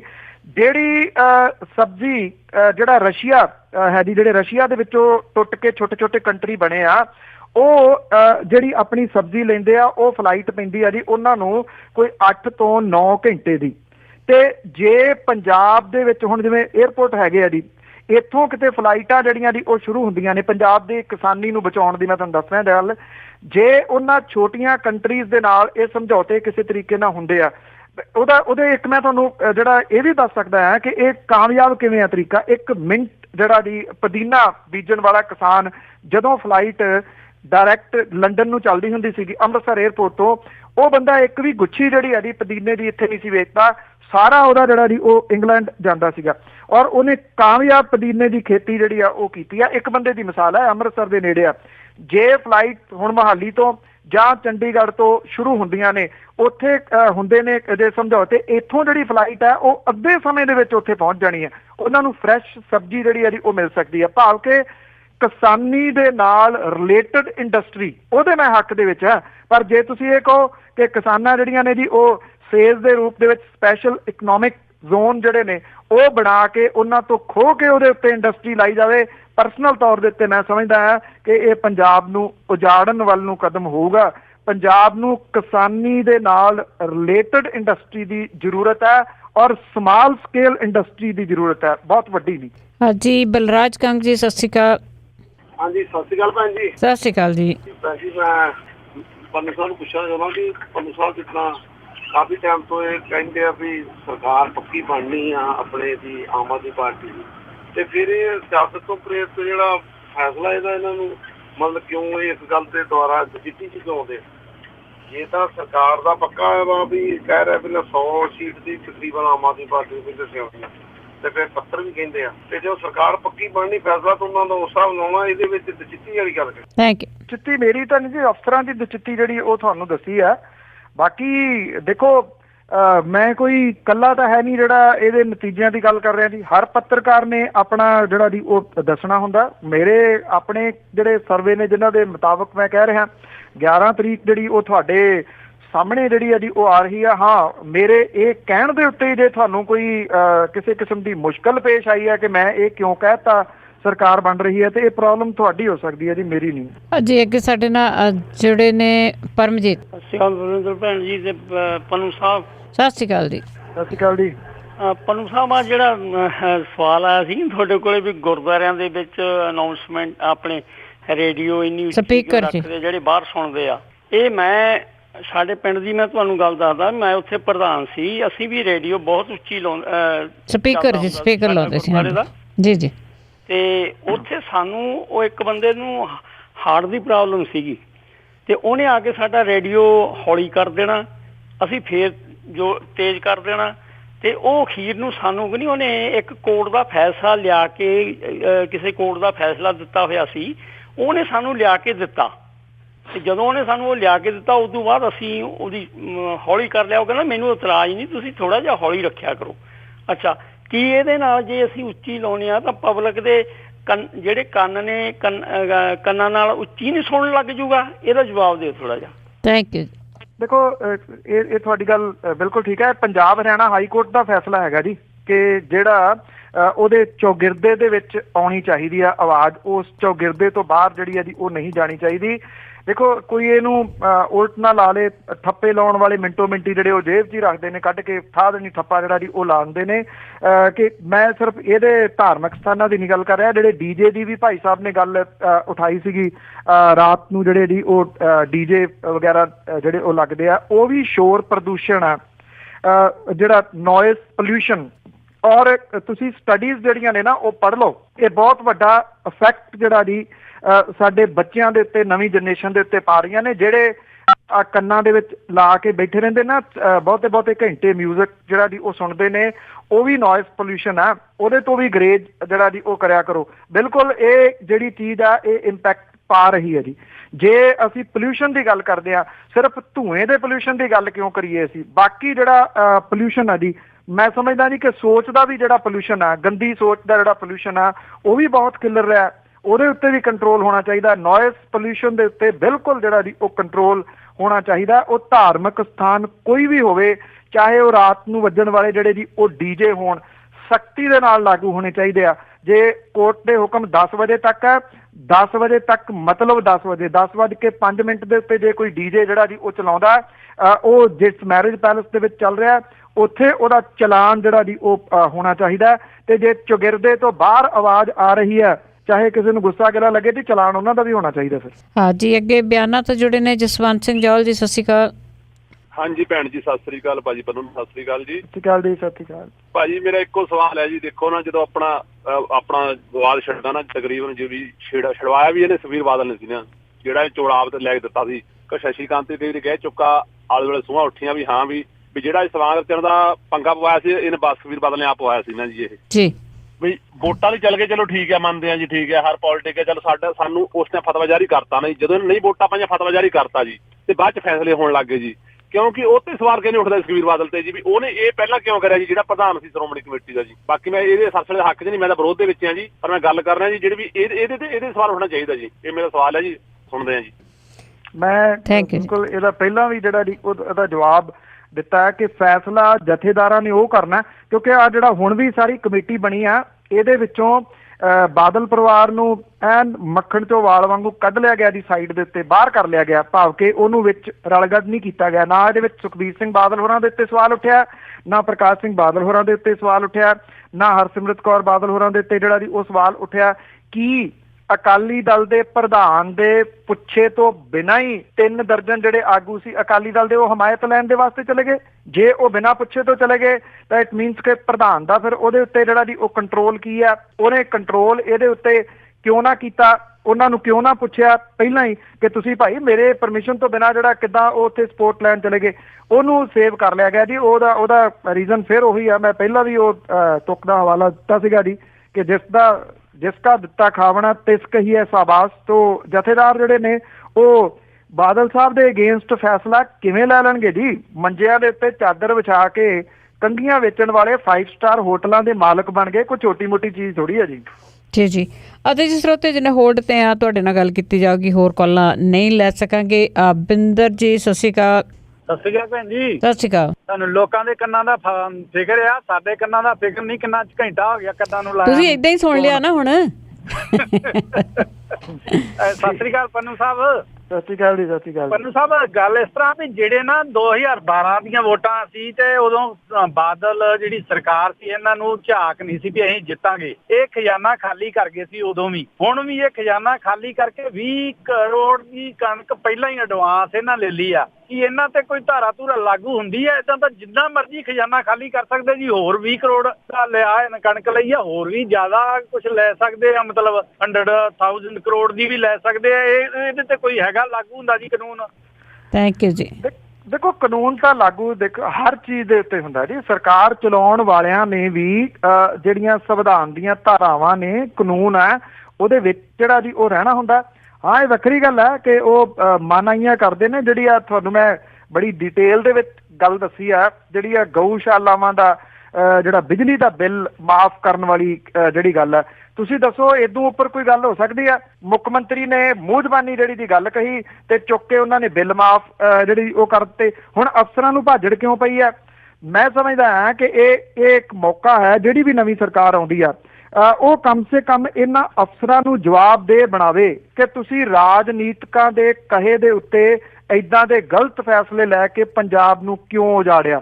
ਜੇ ਸਿਆਸਤਦਾਨ ਜਿਹੜੇ ਜੀ ਉਹ ਜ਼ਿੰਮੇਵਾਰ ਨੇ ਤਾਂ ਇਹਦੇ ਵਿੱਚ ਅਫਸਰ ਵੀ ਜ਼ਿੰਮੇਵਾਰ ਨੇ, ਉਹ ਚਾਹੇ ਪੁਲਿਸ ਅਫਸਰ ਨੇ ਤੇ ਚਾਹੇ ਦੂਜੀ ਜਿਹੜੀ ਬਾਬੂਸ਼ਾਹੀ ਹੈ ਜਿਹੜੀ ਚਲਾਉਂਦੀ ਆ ਦਫ਼ਤਰਾਂ ਦੇ ਵਿੱਚ ਬਹਿ ਕੇ ਸਰਕਾਰਾਂ ਨੂੰ ਜਿਹੜੀ ਚਲਾਉਂਦੀ ਆ, ਅਕਸਰ ਉਹ ਵੀ ਜਵਾਬਦੇਹੀ ਜਿਹੜੀ ਆ ਨਾ ਉਹ ਹੋਣੀ ਚਾਹੀਦੀ ਆ। ਜਿਹੜੇ ਅਫਸਰ ਭੱਜੇ ਫਿਰਦੇ ਨੇ ਹੁਣ ਕਦੀ ਕਿਸੇ ਪਾਸੇ ਕਦੀ ਕਿਸੇ ਪਾਸੇ, ਕਿਹਦੀ ਸਰਕਾਰ ਆ ਰਹੀ ਆ ਉਹਦੇ ਵਿੱਚੋਂ ਕੋਈ ਨਾ ਕੋਈ ਜੁਗਾੜ ਲੱਭਦੇ ਫਿਰਦੇ ਨੇ। ਇਸੇ ਲਈ ਲੱਭਦੇ ਫਿਰਦੇ ਨੇ ਨਾ ਕਿ ਪਤਾ ਨਹੀਂ ਕਿਹਦੀ ਫਾਈਲ ਖੁੱਲ ਜਾਣੀ ਆ, ਜਿਹਦੀ ਫਾਈਲ ਖੁੱਲ ਗਈ ਉਹ ਨਾ ਹੋਵੇ ਕਿ ਕੱਲ ਨੂੰ ਉਹਨੂੰ ਜਵਾਬ ਦੇਣਾ ਔਖਾ ਜਿਹੜਾ ਦੀ ਹੋ ਜੇ। ਜਵਾਬਦੇਹੀ ਇਹਨਾਂ ਦੀ ਬਣਾਉਣੀ ਚਾਹੀਦੀ ਹੈ ਜੀ, ਜ਼ਰੂਰੀ ਹੈ। ਜੀ ਸਾਡੇ ਨਾਲ ਜੁੜੇ ਨੇ ਕਤਰ ਤੋਂ ਬਲਜੀਤ ਸਿੰਘ ਜੀ। ਸਤਿ ਸ਼੍ਰੀ ਅਕਾਲ ਭੈਣ ਜੀ। ਸਤਿ ਸ਼੍ਰੀ ਅਕਾਲ ਜੀ। ਸਤਿ ਸ਼੍ਰੀ ਅਕਾਲ ਪੰਨੂ ਸਾਹਿਬ। ਸਤਿ ਸ਼੍ਰੀ ਅਕਾਲ ਜੀ।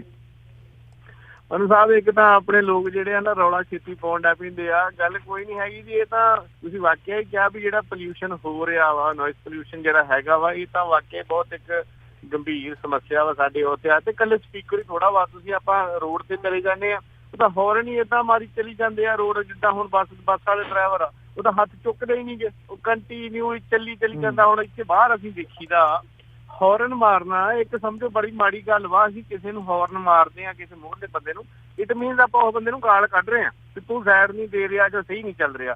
ਉਹਦਾ ਮਤਲਬ ਇਹ ਆ। ਉੱਥੇ ਤਾਂ ਜਿੱਦਾਂ ਸਮਝ ਹੀ ਨਹੀਂ ਹੈਗੀ, ਜਿੱਦਾਂ ਦਿਮਾਗ ਨਾਲ ਹੀ ਕੋਈ ਚੀਜ਼ ਨਹੀਂ ਵੀ ਉਹੀ ਪੁੱਜ ਹੋਏ ਆ ਵੀ ਬਸ ਹੌਰਨ ਮਾਰੀ ਜਾਓ। ਇਹਦਾ ਕੋਈ ਮਤਲਬ ਨਹੀਂ ਹੈਗਾ ਵਾ। ਕੋਈ ਹੈ ਇਹਦੇ ਬਾਰੇ ਵੀ ਕੋਈ ਹੈ ਕੋਈ ਰੂਲ ਵੀ ਇਹ ਬੰਦ ਹੋਣਗੇ ਕਿਸੇ ਵੇਲੇ? Thank you. ਜਿੱਥੇ ਜਿਹੜੀ ਬੱਸਾਂ ਵਾਲੇ ਦੀ ਤੁਸੀਂ ਗੱਲ ਕੀਤੀ ਆ, ਬਿਲਕੁਲ ਤੁਹਾਡਾ ਪੁਆਇੰਟ ਬਹੁਤ ਜਿਹੜਾ ਜੀ ਵਾਜਬ ਹੈ। ਉਹ ਪ੍ਰੈਸ਼ਰ ਹਾਰਨ ਨੇ ਜੀ, ਉਹ ਡਰਾ ਦਿੰਦੇ ਆ ਤੁਹਾਨੂੰ ਜਦੋਂ ਪਿੱਛੋਂ ਆ ਕੇ ਵੱਡਾ ਵਹੀਕਲ ਹਾਰਨ ਮਾਰਦਾ। ਇਹਦੇ ਉੱਤੇ ਪਾਬੰਦੀ ਲੱਗੀ ਹੋਈ ਹੈ ਜੀ, ਨਾ ਸਿਰਫ ਹਾਈ ਕੋਰਟ ਦੀ ਬਲਕਿ ਸੁਪਰੀਮ ਕੋਰਟ ਦੀ ਵੀ ਇਹਦੇ ਉੱਤੇ ਪਾਬੰਦੀ ਆ। ਮੇਰੀ ਗੱਲ ਹੋ ਰਹੀ ਸੀ ਕੱਲ ਹੀ ਕਿਸੇ ਦੇ ਨਾਲ, ਮੈਂ ਇਹ ਪੁਆਇੰਟ ਉਹਨਾਂ ਦਾ ਕੁਦਰਤੀ ਗੱਲ ਤੁਸੀਂ ਇਹ ਮੈਂ ਉਹਨਾਂ ਦੇ ਨਾਲ ਡਿਸਕਸ ਕੀਤਾ ਸੀਗਾ ਕਿ ਇਹਦੇ ਉੱਤੇ ਜਿਹੜੀ ਨਵੀਂ ਸਰਕਾਰ ਆਉਂਦੀ ਆ ਉੱਤੇ ਪ੍ਰੈਸ਼ਰ ਜਿਹੜਾ ਜੀ ਉਹ ਬਣਾਓ ਕਿ 24 ਘੰਟਿਆਂ ਦੇ ਵਿੱਚ ਇਹ ਹਾਰਨ ਜਿਹੜੇ ਆ ਪ੍ਰੈਸ਼ਰ ਹਾਰਨ ਲੱਥਣੇ ਚਾਹੀਦੇ ਆ।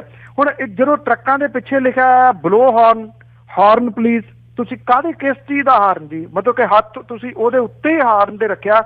ਬੱਸਾਂ ਵਾਲਿਆਂ ਨੂੰ ਛੱਡੋ ਜੀ, ਬੜੇ ਸਾਰੇ ਡਰਾਈਵਰ ਨੇ ਜਿਹੜੇ ਇੰਨਾ ਹਾਰਨ ਮਾਰਦੇ ਨੇ ਔਰ ਇੰਨਾ ਇਰੀਟੇਟ ਹੁੰਦਾ ਜੀ ਬੰਦਾ। ਮੈਂ ਪਰਸਨਲ ਤੌਰ ਦੇ ਉੱਤੇ ਮੈਂ ਆਪ ਗੱਡੀ ਚਲਾਉਣਾ ਜੀ ਆਪਣੀ ਹਮੇਸ਼ਾ, ਤੋ ਮੈਂ ਖੁਦ ਬਹੁਤ ਇਰੀਟੇਟ ਹੁੰਦਾ ਜੀ ਇਸ ਗੱਲ ਦੇ ਵਾਸਤੇ। ਇੱਕ ਮੋਟਰਸਾਈਕਲ ਵਾਲਾ ਹੀ ਜਿਹੜਾ ਜੀ ਉਹ ਆ ਰਿਹਾ, ਤੁਸੀਂ 80 ਤੇ ਵੀ ਜਾ ਰਹੇ ਹੋ, ਉਹ ਪਿੱਛੋਂ ਤੁਹਾਨੂੰ ਏਦਾਂ ਹਾਰਨ ਮਾਰਦਾ ਆਉਂਦਾ ਜੀ ਕਿ ਜਿਵੇਂ ਐਂਬੂਲੈਂਸ ਜਿਹੜਾ ਉਹ ਚਲਾਈ ਜਾ ਰਿਹਾ ਹੁੰਦਾ ਜੀ। ਇੰਨਾ ਹਾਰਨ ਦੇ ਉੱਤੇ ਹੱਥ ਧਰਿਆ ਹੋਇਆ ਜੀ, ਟੀ ਟੀ ਟੀ। ਬਿਲਕੁਲ ਇਹ ਪੋਲਿਊਸ਼ਨ ਆ ਜੀ, ਬਹੁਤ ਵੱਡਾ ਪੋਲਿਊਸ਼ਨ ਹੈ। ਕੰਨਾਂ ਦੀਆਂ ਬਿਮਾਰੀਆਂ ਇਹਦਾ ਜ਼ਿਕਰ ਬਹੁਤ ਘੱਟ ਹੁੰਦਾ ਜੀ, ਪਰ ਇਹ ਇਸ ਵੇਲੇ ਲੋਕਾਂ ਦੇ ਵਿੱਚ ਬਹੁਤ ਜ਼ਿਆਦਾ ਆ ਰਹੀਆਂ ਨੇ ਜੀ। ਇੱਥੇ ਬਹੁਤ ਆ ਰਹੀਆਂ ਨੇ। ਹੈਲਮਟ ਪਾਇਆ ਉੱਤੇ, ਜੇ ਤੁਸੀਂ 2 ਵੀਲਰ ਵਾਲੇ ਨੂੰ ਕਿਸੇ ਨੂੰ ਹਾਰਨ ਦਿੰਦੇ ਵੀ ਹੋ ਕਿ ਉਹ ਸੜਕ ਦੇ ਵਿਚਾਲੇ ਚੱਲ ਰਿਹਾ, ਉਹ ਕੋਈ ਕੇਅਰ ਨਹੀਂ ਕਰਦਾ ਜੀ। ਕਿਉਂ? ਕਿਉਂਕਿ ਹਾਰਨ ਦਾ ਅਸਰ ਹੀ ਮੁੱਕ ਗਿਆ। ਜਿਹੜੀ ਤੁਸੀਂ ਗੱਲ ਕੀਤੀ ਵੀ ਉੱਥੇ ਕਿਸੇ ਨੂੰ ਹਾਰਨ ਮਾਰਨਾ, ਇਟ ਮੀਨਸ ਕਿ ਉਹਦਾ ਧਿਆਨ ਜਿਹੜਾ ਜੀ ਉਹ ਦਿਵਾਉਣਾ ਕਿ ਤੂੰ ਆਹ ਗਲਤੀ ਜਿਹੜੀ ਉਹ ਕਰ ਰਿਹਾ। ਇੱਥੇ ਹਾਰਨ ਮਾਰਦਾ ਅਗਲਾ ਕਹਿੰਦਾ ਮਾਰੀ ਚੱਲ, ਮੈਨੂੰ ਕੀ ਪਰਵਾਹ ਆ। ਅੱਗੇ ਪਹਿਲਾਂ 3-4 ਹਾਰਨ ਮਾਰਦੇ ਲੰਘੇ ਆ, ਗਾਂ ਤੂੰ ਲੰਘ ਜੀ।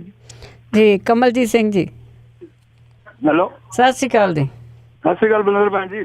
ਜੀ ਚਿਰ ਦਾ ਹੋਲਡ ਕੀਤਾ, ਮੈਂ ਕਿਹਾ ਚਲੋ ਮੈਂ ਵੀ ਪੰਨੂ ਸਾਹਿਬ ਨੂੰ ਸਲਾਮ ਕਰ ਲਵਾਂ। ਜੀ ਜੀ ਜੀ ਹਾਂਜੀ ਸਤਿ ਸ਼੍ਰੀ ਅਕਾਲ ਜੀ। ਮੇਰਾ ਸਵਾਲ ਇਹ ਸੀਗਾ ਵੀ ਆਪਣੇ ਜਿਹੜੇ ਆ ਟੂਲ ਪਲਾਜ਼ੇ ਅੱਗੇ ਮੈਂ ਕਾਲ ਕੀਤੀ ਸੀ ਪਹਿਲਾਂ, ਤੇ ਉਹ ਮਤਲਬ ਜਿਹੜੇ ਸਟੇਟ ਗਵਰਨਮੈਂਟ ਦੇ ਟੂਲ ਪਲਾਜ਼ੇ ਆ ਇਹਨਾਂ ਦੇ ਕੋਈ ਐਕਸ਼ਨ ਹੋਊਗਾ ਜਦੋਂ ਗਵਰਨਮੈਂਟ ਨਵੀਂ ਆਊਗੀ?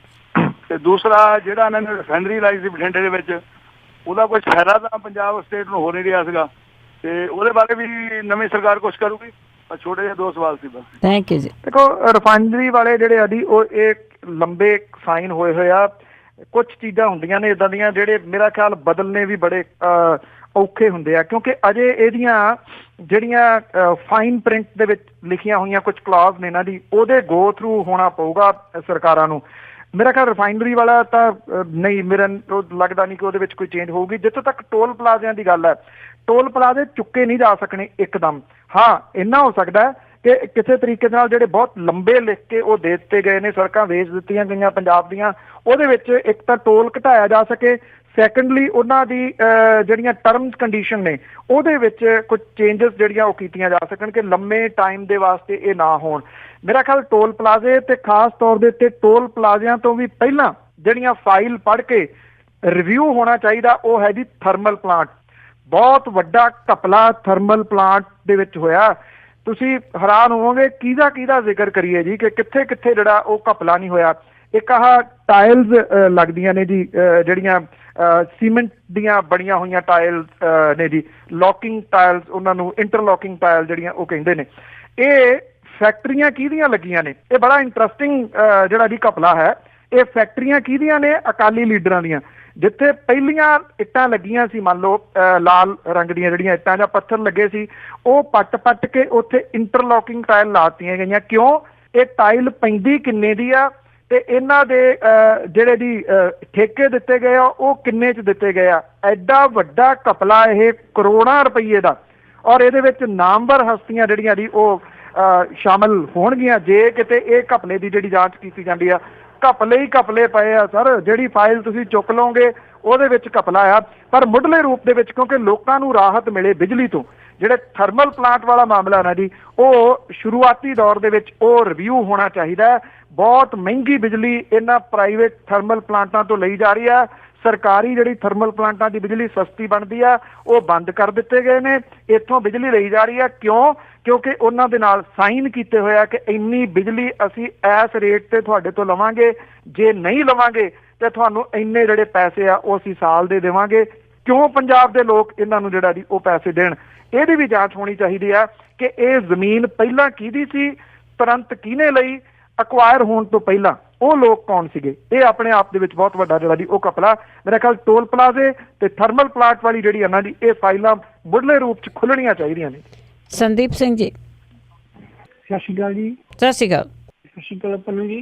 ਸਤਿ ਸ਼੍ਰੀ ਅਕਾਲ ਜੀ। ਮੈਂ ਤਾਂ ਜੀ ਏਦਾਂ ਹੀ ਇੱਕ ਭਾਈ ਸਾਹਿਬ ਸੀ ਬੋਲੇ ਸੀ, ਮੈਨੂੰ ਲੱਗਦਾ ਅੱਧਾ ਪੌਣਾ ਘੰਟਾ ਹੋ ਗਿਆ ਪਹਿਲਾਂ, ਜਿਹੜੀ ਕਹਿੰਦੇ ਸੀ ਵੀ ਜੇ ਅਕਾਲੀ ਦਲ ਨੇ ਸਰਸੇ ਦੀ ਹਮਾਇਤ ਲੈ ਲਈ ਤੇ ਆਮ ਆਦਮੀ ਪਾਰਟੀ ਨੇ ਵੀ ਕਮਿਊਨਿਸਟਾਂ ਦੀ ਤੇ ਉਹਨਾਂ ਦੀ ਫਾਈਲ ਲਈ ਆ। ਪਹਿਲੀ ਗੱਲ ਤਾਂ ਭਾਜੀ ਉਹ ਉਮਰ ਤੋਂ ਥੋੜੇ ਜਿਹੇ ਵੱਡੇ ਲੱਗਦੇ ਸੀਗੇ ਤੇ ਮੈਂ ਛੋਟਾ ਹੀ ਆ ਤੇ ਸਿਆਣੇ ਸੀਗੇ। ਉਹਨਾਂ ਨੂੰ ਪੁੱਛੋ, ਉਹਨਾਂ ਨੂੰ ਇਹ ਪਤਾ ਹੋਣਾ ਚਾਹੀਦਾ ਵੀ ਆਮ ਆਦਮੀ ਪਾਰਟੀ ਇੱਕ ਕੋਈ ਧਾਰਮਿਕ ਪਾਰਟੀ ਨਹੀਂ ਹੈਗੀ। ਜਿਵੇਂ ਅਕਾਲੀ ਦਲ ਅਖਵਾਉਂਦੇ ਆ ਨਾ, ਇਹ ਤਾਂ ਆਪਣੇ ਆਪ ਨੂੰ ਧਾਰਮਿਕ ਅਖਵਾਉਂਦੇ ਆ, ਗੋਲਕਾਂ ਤੇ ਇਹਨਾਂ ਦਾ ਕਬਜ਼ਾ। ਇਹ ਉਸੇ ਇਧਰ ਆਪਣੇ ਅਕਾਲ ਤਖਤ ਸਾਹਿਬ ਦੇ ਜਿਹੜੇ ਜਥੇਦਾਰ ਉਹਨਾਂ ਨੇ ਬਾਈਕਾਟ ਕੀਤਾ ਗਿਆ, ਉਹਨੂੰ ਮਤਲਬ ਅੱਖੋਂ ਪਰੋਲੇ ਕਰਕੇ ਜਾਂਦੇ ਆ ਉੱਥੇ। ਆਮ ਆਦਮੀ ਪਾਰਟੀ ਦਾ ਏਦਾਂ ਕੋਈ ਨਹੀਂ ਹੈਗਾ, ਉਹ ਧਾਰਮਿਕ ਨਿਰਪੱਖ ਪਾਰਟੀ ਆ। ਉਹ ਹਰ ਇੱਕ ਲਈ ਖੁੱਲੀ ਆ, ਕੋਈ ਮਰਜ਼ੀ ਉਹ ਚਾਹ ਸਕਦਾ, ਕੋਈ ਮਰਜ਼ੀ ਜੁਆਇਨ ਕਰ ਸਕਦਾ। ਉਹ ਕੋਈ ਧਾਰਮਿਕ ਦਾ ਉਹਨਾਂ ਨੇ ਕੋਈ ਗੁਰਦੁਆਰਾ ਸਾਹਿਬ ਤੋਂ ਕੋਈ ਹੁਣੀ ਕੁਛ ਨਹੀਂ ਲੈ ਕੇ ਆਉਂਦੇ, ਕੁਛ ਨਹੀਂ ਲੈਂਦੇ ਉਹ ਜੀ। ਇੰਨਾ ਹੀ ਸੀਗਾ ਮੇਰਾ ਭਾਜੀ ਨੂੰ ਇਹੀ ਜਵਾਬ ਸੀ। ਪਰਵਾਹ ਨਾ ਕਰੋ ਜੀ। ਕਈ ਵਾਰੀ 12 ਸਾਲ ਦਾ ਬੱਚਾ 60 ਸਾਲ ਦੇ ਬੰਦੇ ਨਾਲੋਂ ਸਿਆਣੀ ਗੱਲ ਕਰ ਜਾਂਦਾ ਤੇ ਕਈ ਵਾਰੀ 60 ਸਾਲ ਦਾ ਬੰਦਾ 12 ਸਾਲ ਤੋਂ ਬੱਚੇ ਦੇ ਘੱਟ ਵਾਲੀ ਗੱਲ ਕਰ ਜਾਂਦਾ। ਬਹੁਤੀ ਫਿਕਰ ਨਹੀਂ ਕਰੀ ਜੀ, ਕੋਈ ਗੱਲ ਨਹੀਂ, ਉਹਨਾਂ ਨੂੰ ਬੋਲੀ ਜਾਣ ਦਿਓ ਜੀ। ਫਕੀਰ ਸਿੰਘ ਜੀ। ਹੈਲੋ ਜੀ, ਫਕੀਰ ਸਿੰਘ। ਹਾਂਜੀ ਸਤਿ ਸ਼੍ਰੀ ਅਕਾਲ। ਸਤਿ ਸ਼੍ਰੀ ਅਕਾਲ। ਸਤਿ ਸ਼੍ਰੀ ਅਕਾਲ ਜੀ। ਮੈਂ ਇੱਕ ਗੱਲ ਕਹਾਂ, ਜਿਹੜਾ ਡੇਰਾ ਸਾਧ ਹੈ ਜੀ, ਉਹਦੀ ਆਸਾਰਾਮ ਵਾਲੀ ਗੱਲ, ਆਸਾਰਾਮ ਦੀ ਹਾਲਤ ਹੋਣੀ ਚਾਹੀਦੀ ਇੱਕ ਵਾਰੀ ਜੀ। ਜੀ ਜੀ। ਆਸਾਰਾਮ ਦੀ ਡੇਰਾ ਕਬਜ਼ਾ ਕਰਕੇ ਉਹਦਾ ਆਸਾਰਾਮ ਦੀ ਕੀਤੀ ਜੇਲ੍ਹ ਵੇ, ਏਦਾਂ ਦੀ ਇਹਦੀ ਹਾਲਤ ਹੋਣੀ ਚਾਹੀਦੀ ਹੈ। ਥੈਂਕ ਯੂ ਜੀ। ਅਦਾਲਤਾਂ ਤੇ ਛੱਡੋ ਜੀ ਇਹ ਮਾਮਲਾ, ਅਦਾਲਤਾਂ ਤੇ ਛੱਡੀਏ, ਕੋਰਟ ਡਿਸਾਈਡ ਜੀ। ਸਾਡੇ ਲਾਸਟ ਕਾਲਰ ਸੁਰਿੰਦਰ ਸ਼ੇਰਗਿੱਲ ਜੀ। ਸਤਿ ਸ਼੍ਰੀ ਅਕਾਲ। ਸਤਿ ਸ਼੍ਰੀ ਅਕਾਲ ਭੈਣ ਜੀ। ਮੇਰਾ ਉਹ ਸਵਾਲ ਰਹਿ ਗਿਆ ਸੀ, ਭਾਜੀ ਨੂੰ ਭੁੱਲ ਗਿਆ। ਜਿਹੜੇ ਮੈਂ ਕਿਹਾ ਸੀ ਝੰਡਾ ਇੱਕ ਤਾਂ ਲਾਇਆ ਬਾਰਡਰ ਤੇ, ਕੋਈ ਚੰਡੀਗੜ੍ਹ ਖਲਾਇਆ ਬਈ ਇਹਨਾਂ ਝੰਡਿਆਂ ਦਾ ਕੋਈ ਜ਼ਿਆਦਾ ਦੇਸ਼ ਭਗਤੀ ਆ, ਉਹ ਪਾਕਿਸਤਾਨ ਨੇ ਇਤਰਾਜ਼ ਕਰਦੇ। ਦੂਜਾ ਇੱਕ ਮਿੰਨੀ ਬੱਸਾਂ ਦਾ ਪੁੱਛਣਾ, ਕਹਿੰਦੇ ਜੀ ਕੋਈ ਹਾਈ ਕੋਰਟ ਨੇ ਬੰਦ ਕਰਤੀਆਂ। ਤੀਜਾ ਭੈਣ ਜੀ ਮੈਂ ਤਾਂ ਸਮਝਦਾ ਤਾਂ ਛੋਟੀ ਜਿਹੀ ਉਮਰ ਦਾ ਪਾਲ ਭਾਜੀ, ਪਰ ਇਹ ਬਹੁਤ ਚਿਰ ਹੋ ਗਿਆ ਇਹਨੇ ਕਦੇ ਗੱਲ ਸਿੱਧੀ ਨਹੀਂ ਕਰਨੀ, ਜਦੋਂ ਵੀ ਇਹਨੇ ਗੱਲ ਕਰਨੀ ਪੁੱਠੀ ਕਰਨੀ। ਮੈਨੂੰ ਬੇਨਤੀ ਕਰਦਾ ਵੀ ਕਿਤੇ ਹੋਰ ਨਾ ਤੂੰ ਆਪਣਾ ਨੁਕਸਾਨ ਨਾ ਕਿਸੇ ਤੋਂ ਕਰਾ। ਨਹੀਂ ਕੋਈ ਸੁਰਿੰਦਰ ਸਿੰਘ ਜੀ, ਉਹ ਇਹਨਾਂ ਨੂੰ ਪਿਆਰ ਬਹੁਤ ਕਰਦਾ ਪੰਨੂ ਸਾਹਿਬ ਨੂੰ। ਚਲੋ ਮੇਰੇ ਸਵਾਲ ਨਾ ਭੁੱਲ ਜਾਣਾ ਭਾਜੀ ਨੂੰ, ਮਿੰਨੀਆਂ ਬੱਸਾਂ ਦੇ ਝੰਡਿਆਂ ਦਾ। Thank you. ਦੇਖੋ ਇੱਥੇ ਜਿਹੜੀ ਦੇਸ਼ ਭਗਤੀ ਆ ਨਾ, ਉਹਦਾ ਹੁਣ ਬਦਲ ਗਏ ਜੀ, ਤਰੀਕੇ ਬਦਲ ਗਏ, ਕਈ ਕੁਝ ਬਦਲ ਗਿਆ। ਹੁਣ ਦੇਸ਼ ਭਗਤੀ ਇਹ ਹੋ ਗਈ ਵੀ ਤੁਸੀਂ ਭਾਰਤੀ ਜਨਤਾ ਪਾਰਟੀ ਦੀ ਤਾਰੀਫ ਕਰੋ, ਪ੍ਰਧਾਨ ਮੰਤਰੀ ਦੀ ਤਾਰੀਫ ਕਰੋ, ਫਿਰ ਤੁਸੀਂ ਦੇਸ਼ ਭਗਤ ਹੋ। ਜੇ ਤੁਸੀਂ ਪ੍ਰਧਾਨ ਮੰਤਰੀ ਦੀ ਤਾਰੀਫ ਨਹੀਂ ਕੀਤੀ, ਉਹਦੀ ਨਿੰਦਿਆ ਕਰਤੀ, ਭਾਰਤੀ ਜਨਤਾ ਪਾਰਟੀ ਦੀ ਨਿੰਦਿਆ ਕਰ ਦਿੱਤੀ, ਤੇ ਫਿਰ ਤੁਸੀਂ ਦੇਸ਼ ਭਗਤ ਨਹੀਂ ਹੈਗੇ, ਫਿਰ ਤੁਸੀਂ ਦੇਸ਼ ਧਰੋਹੀ ਹੋ। ਤੋ ਇਸੇ ਤਰੀਕੇ ਦੇ ਨਾਲ ਇਹ ਝੰਡਿਆਂ ਦੀ ਰਾਜਨੀਤੀ ਹੈ ਜੀ, ਇਹ ਨਵੀਂ ਜਿਹੜੀ ਸ਼ੁਰੂ ਹੋਈ ਆ ਕਿ ਦੇਖੋ ਕਿਸੇ ਵੀ ਮੁਲਕ ਦਾ ਜਿਹੜਾ ਫਲੈਗ ਹੈ, ਨੈਸ਼ਨਲ ਫਲੈਗ ਹੈ, ਉਹ ਰਿਸਪੈਕਟਡ ਹੁੰਦਾ ਜੀ।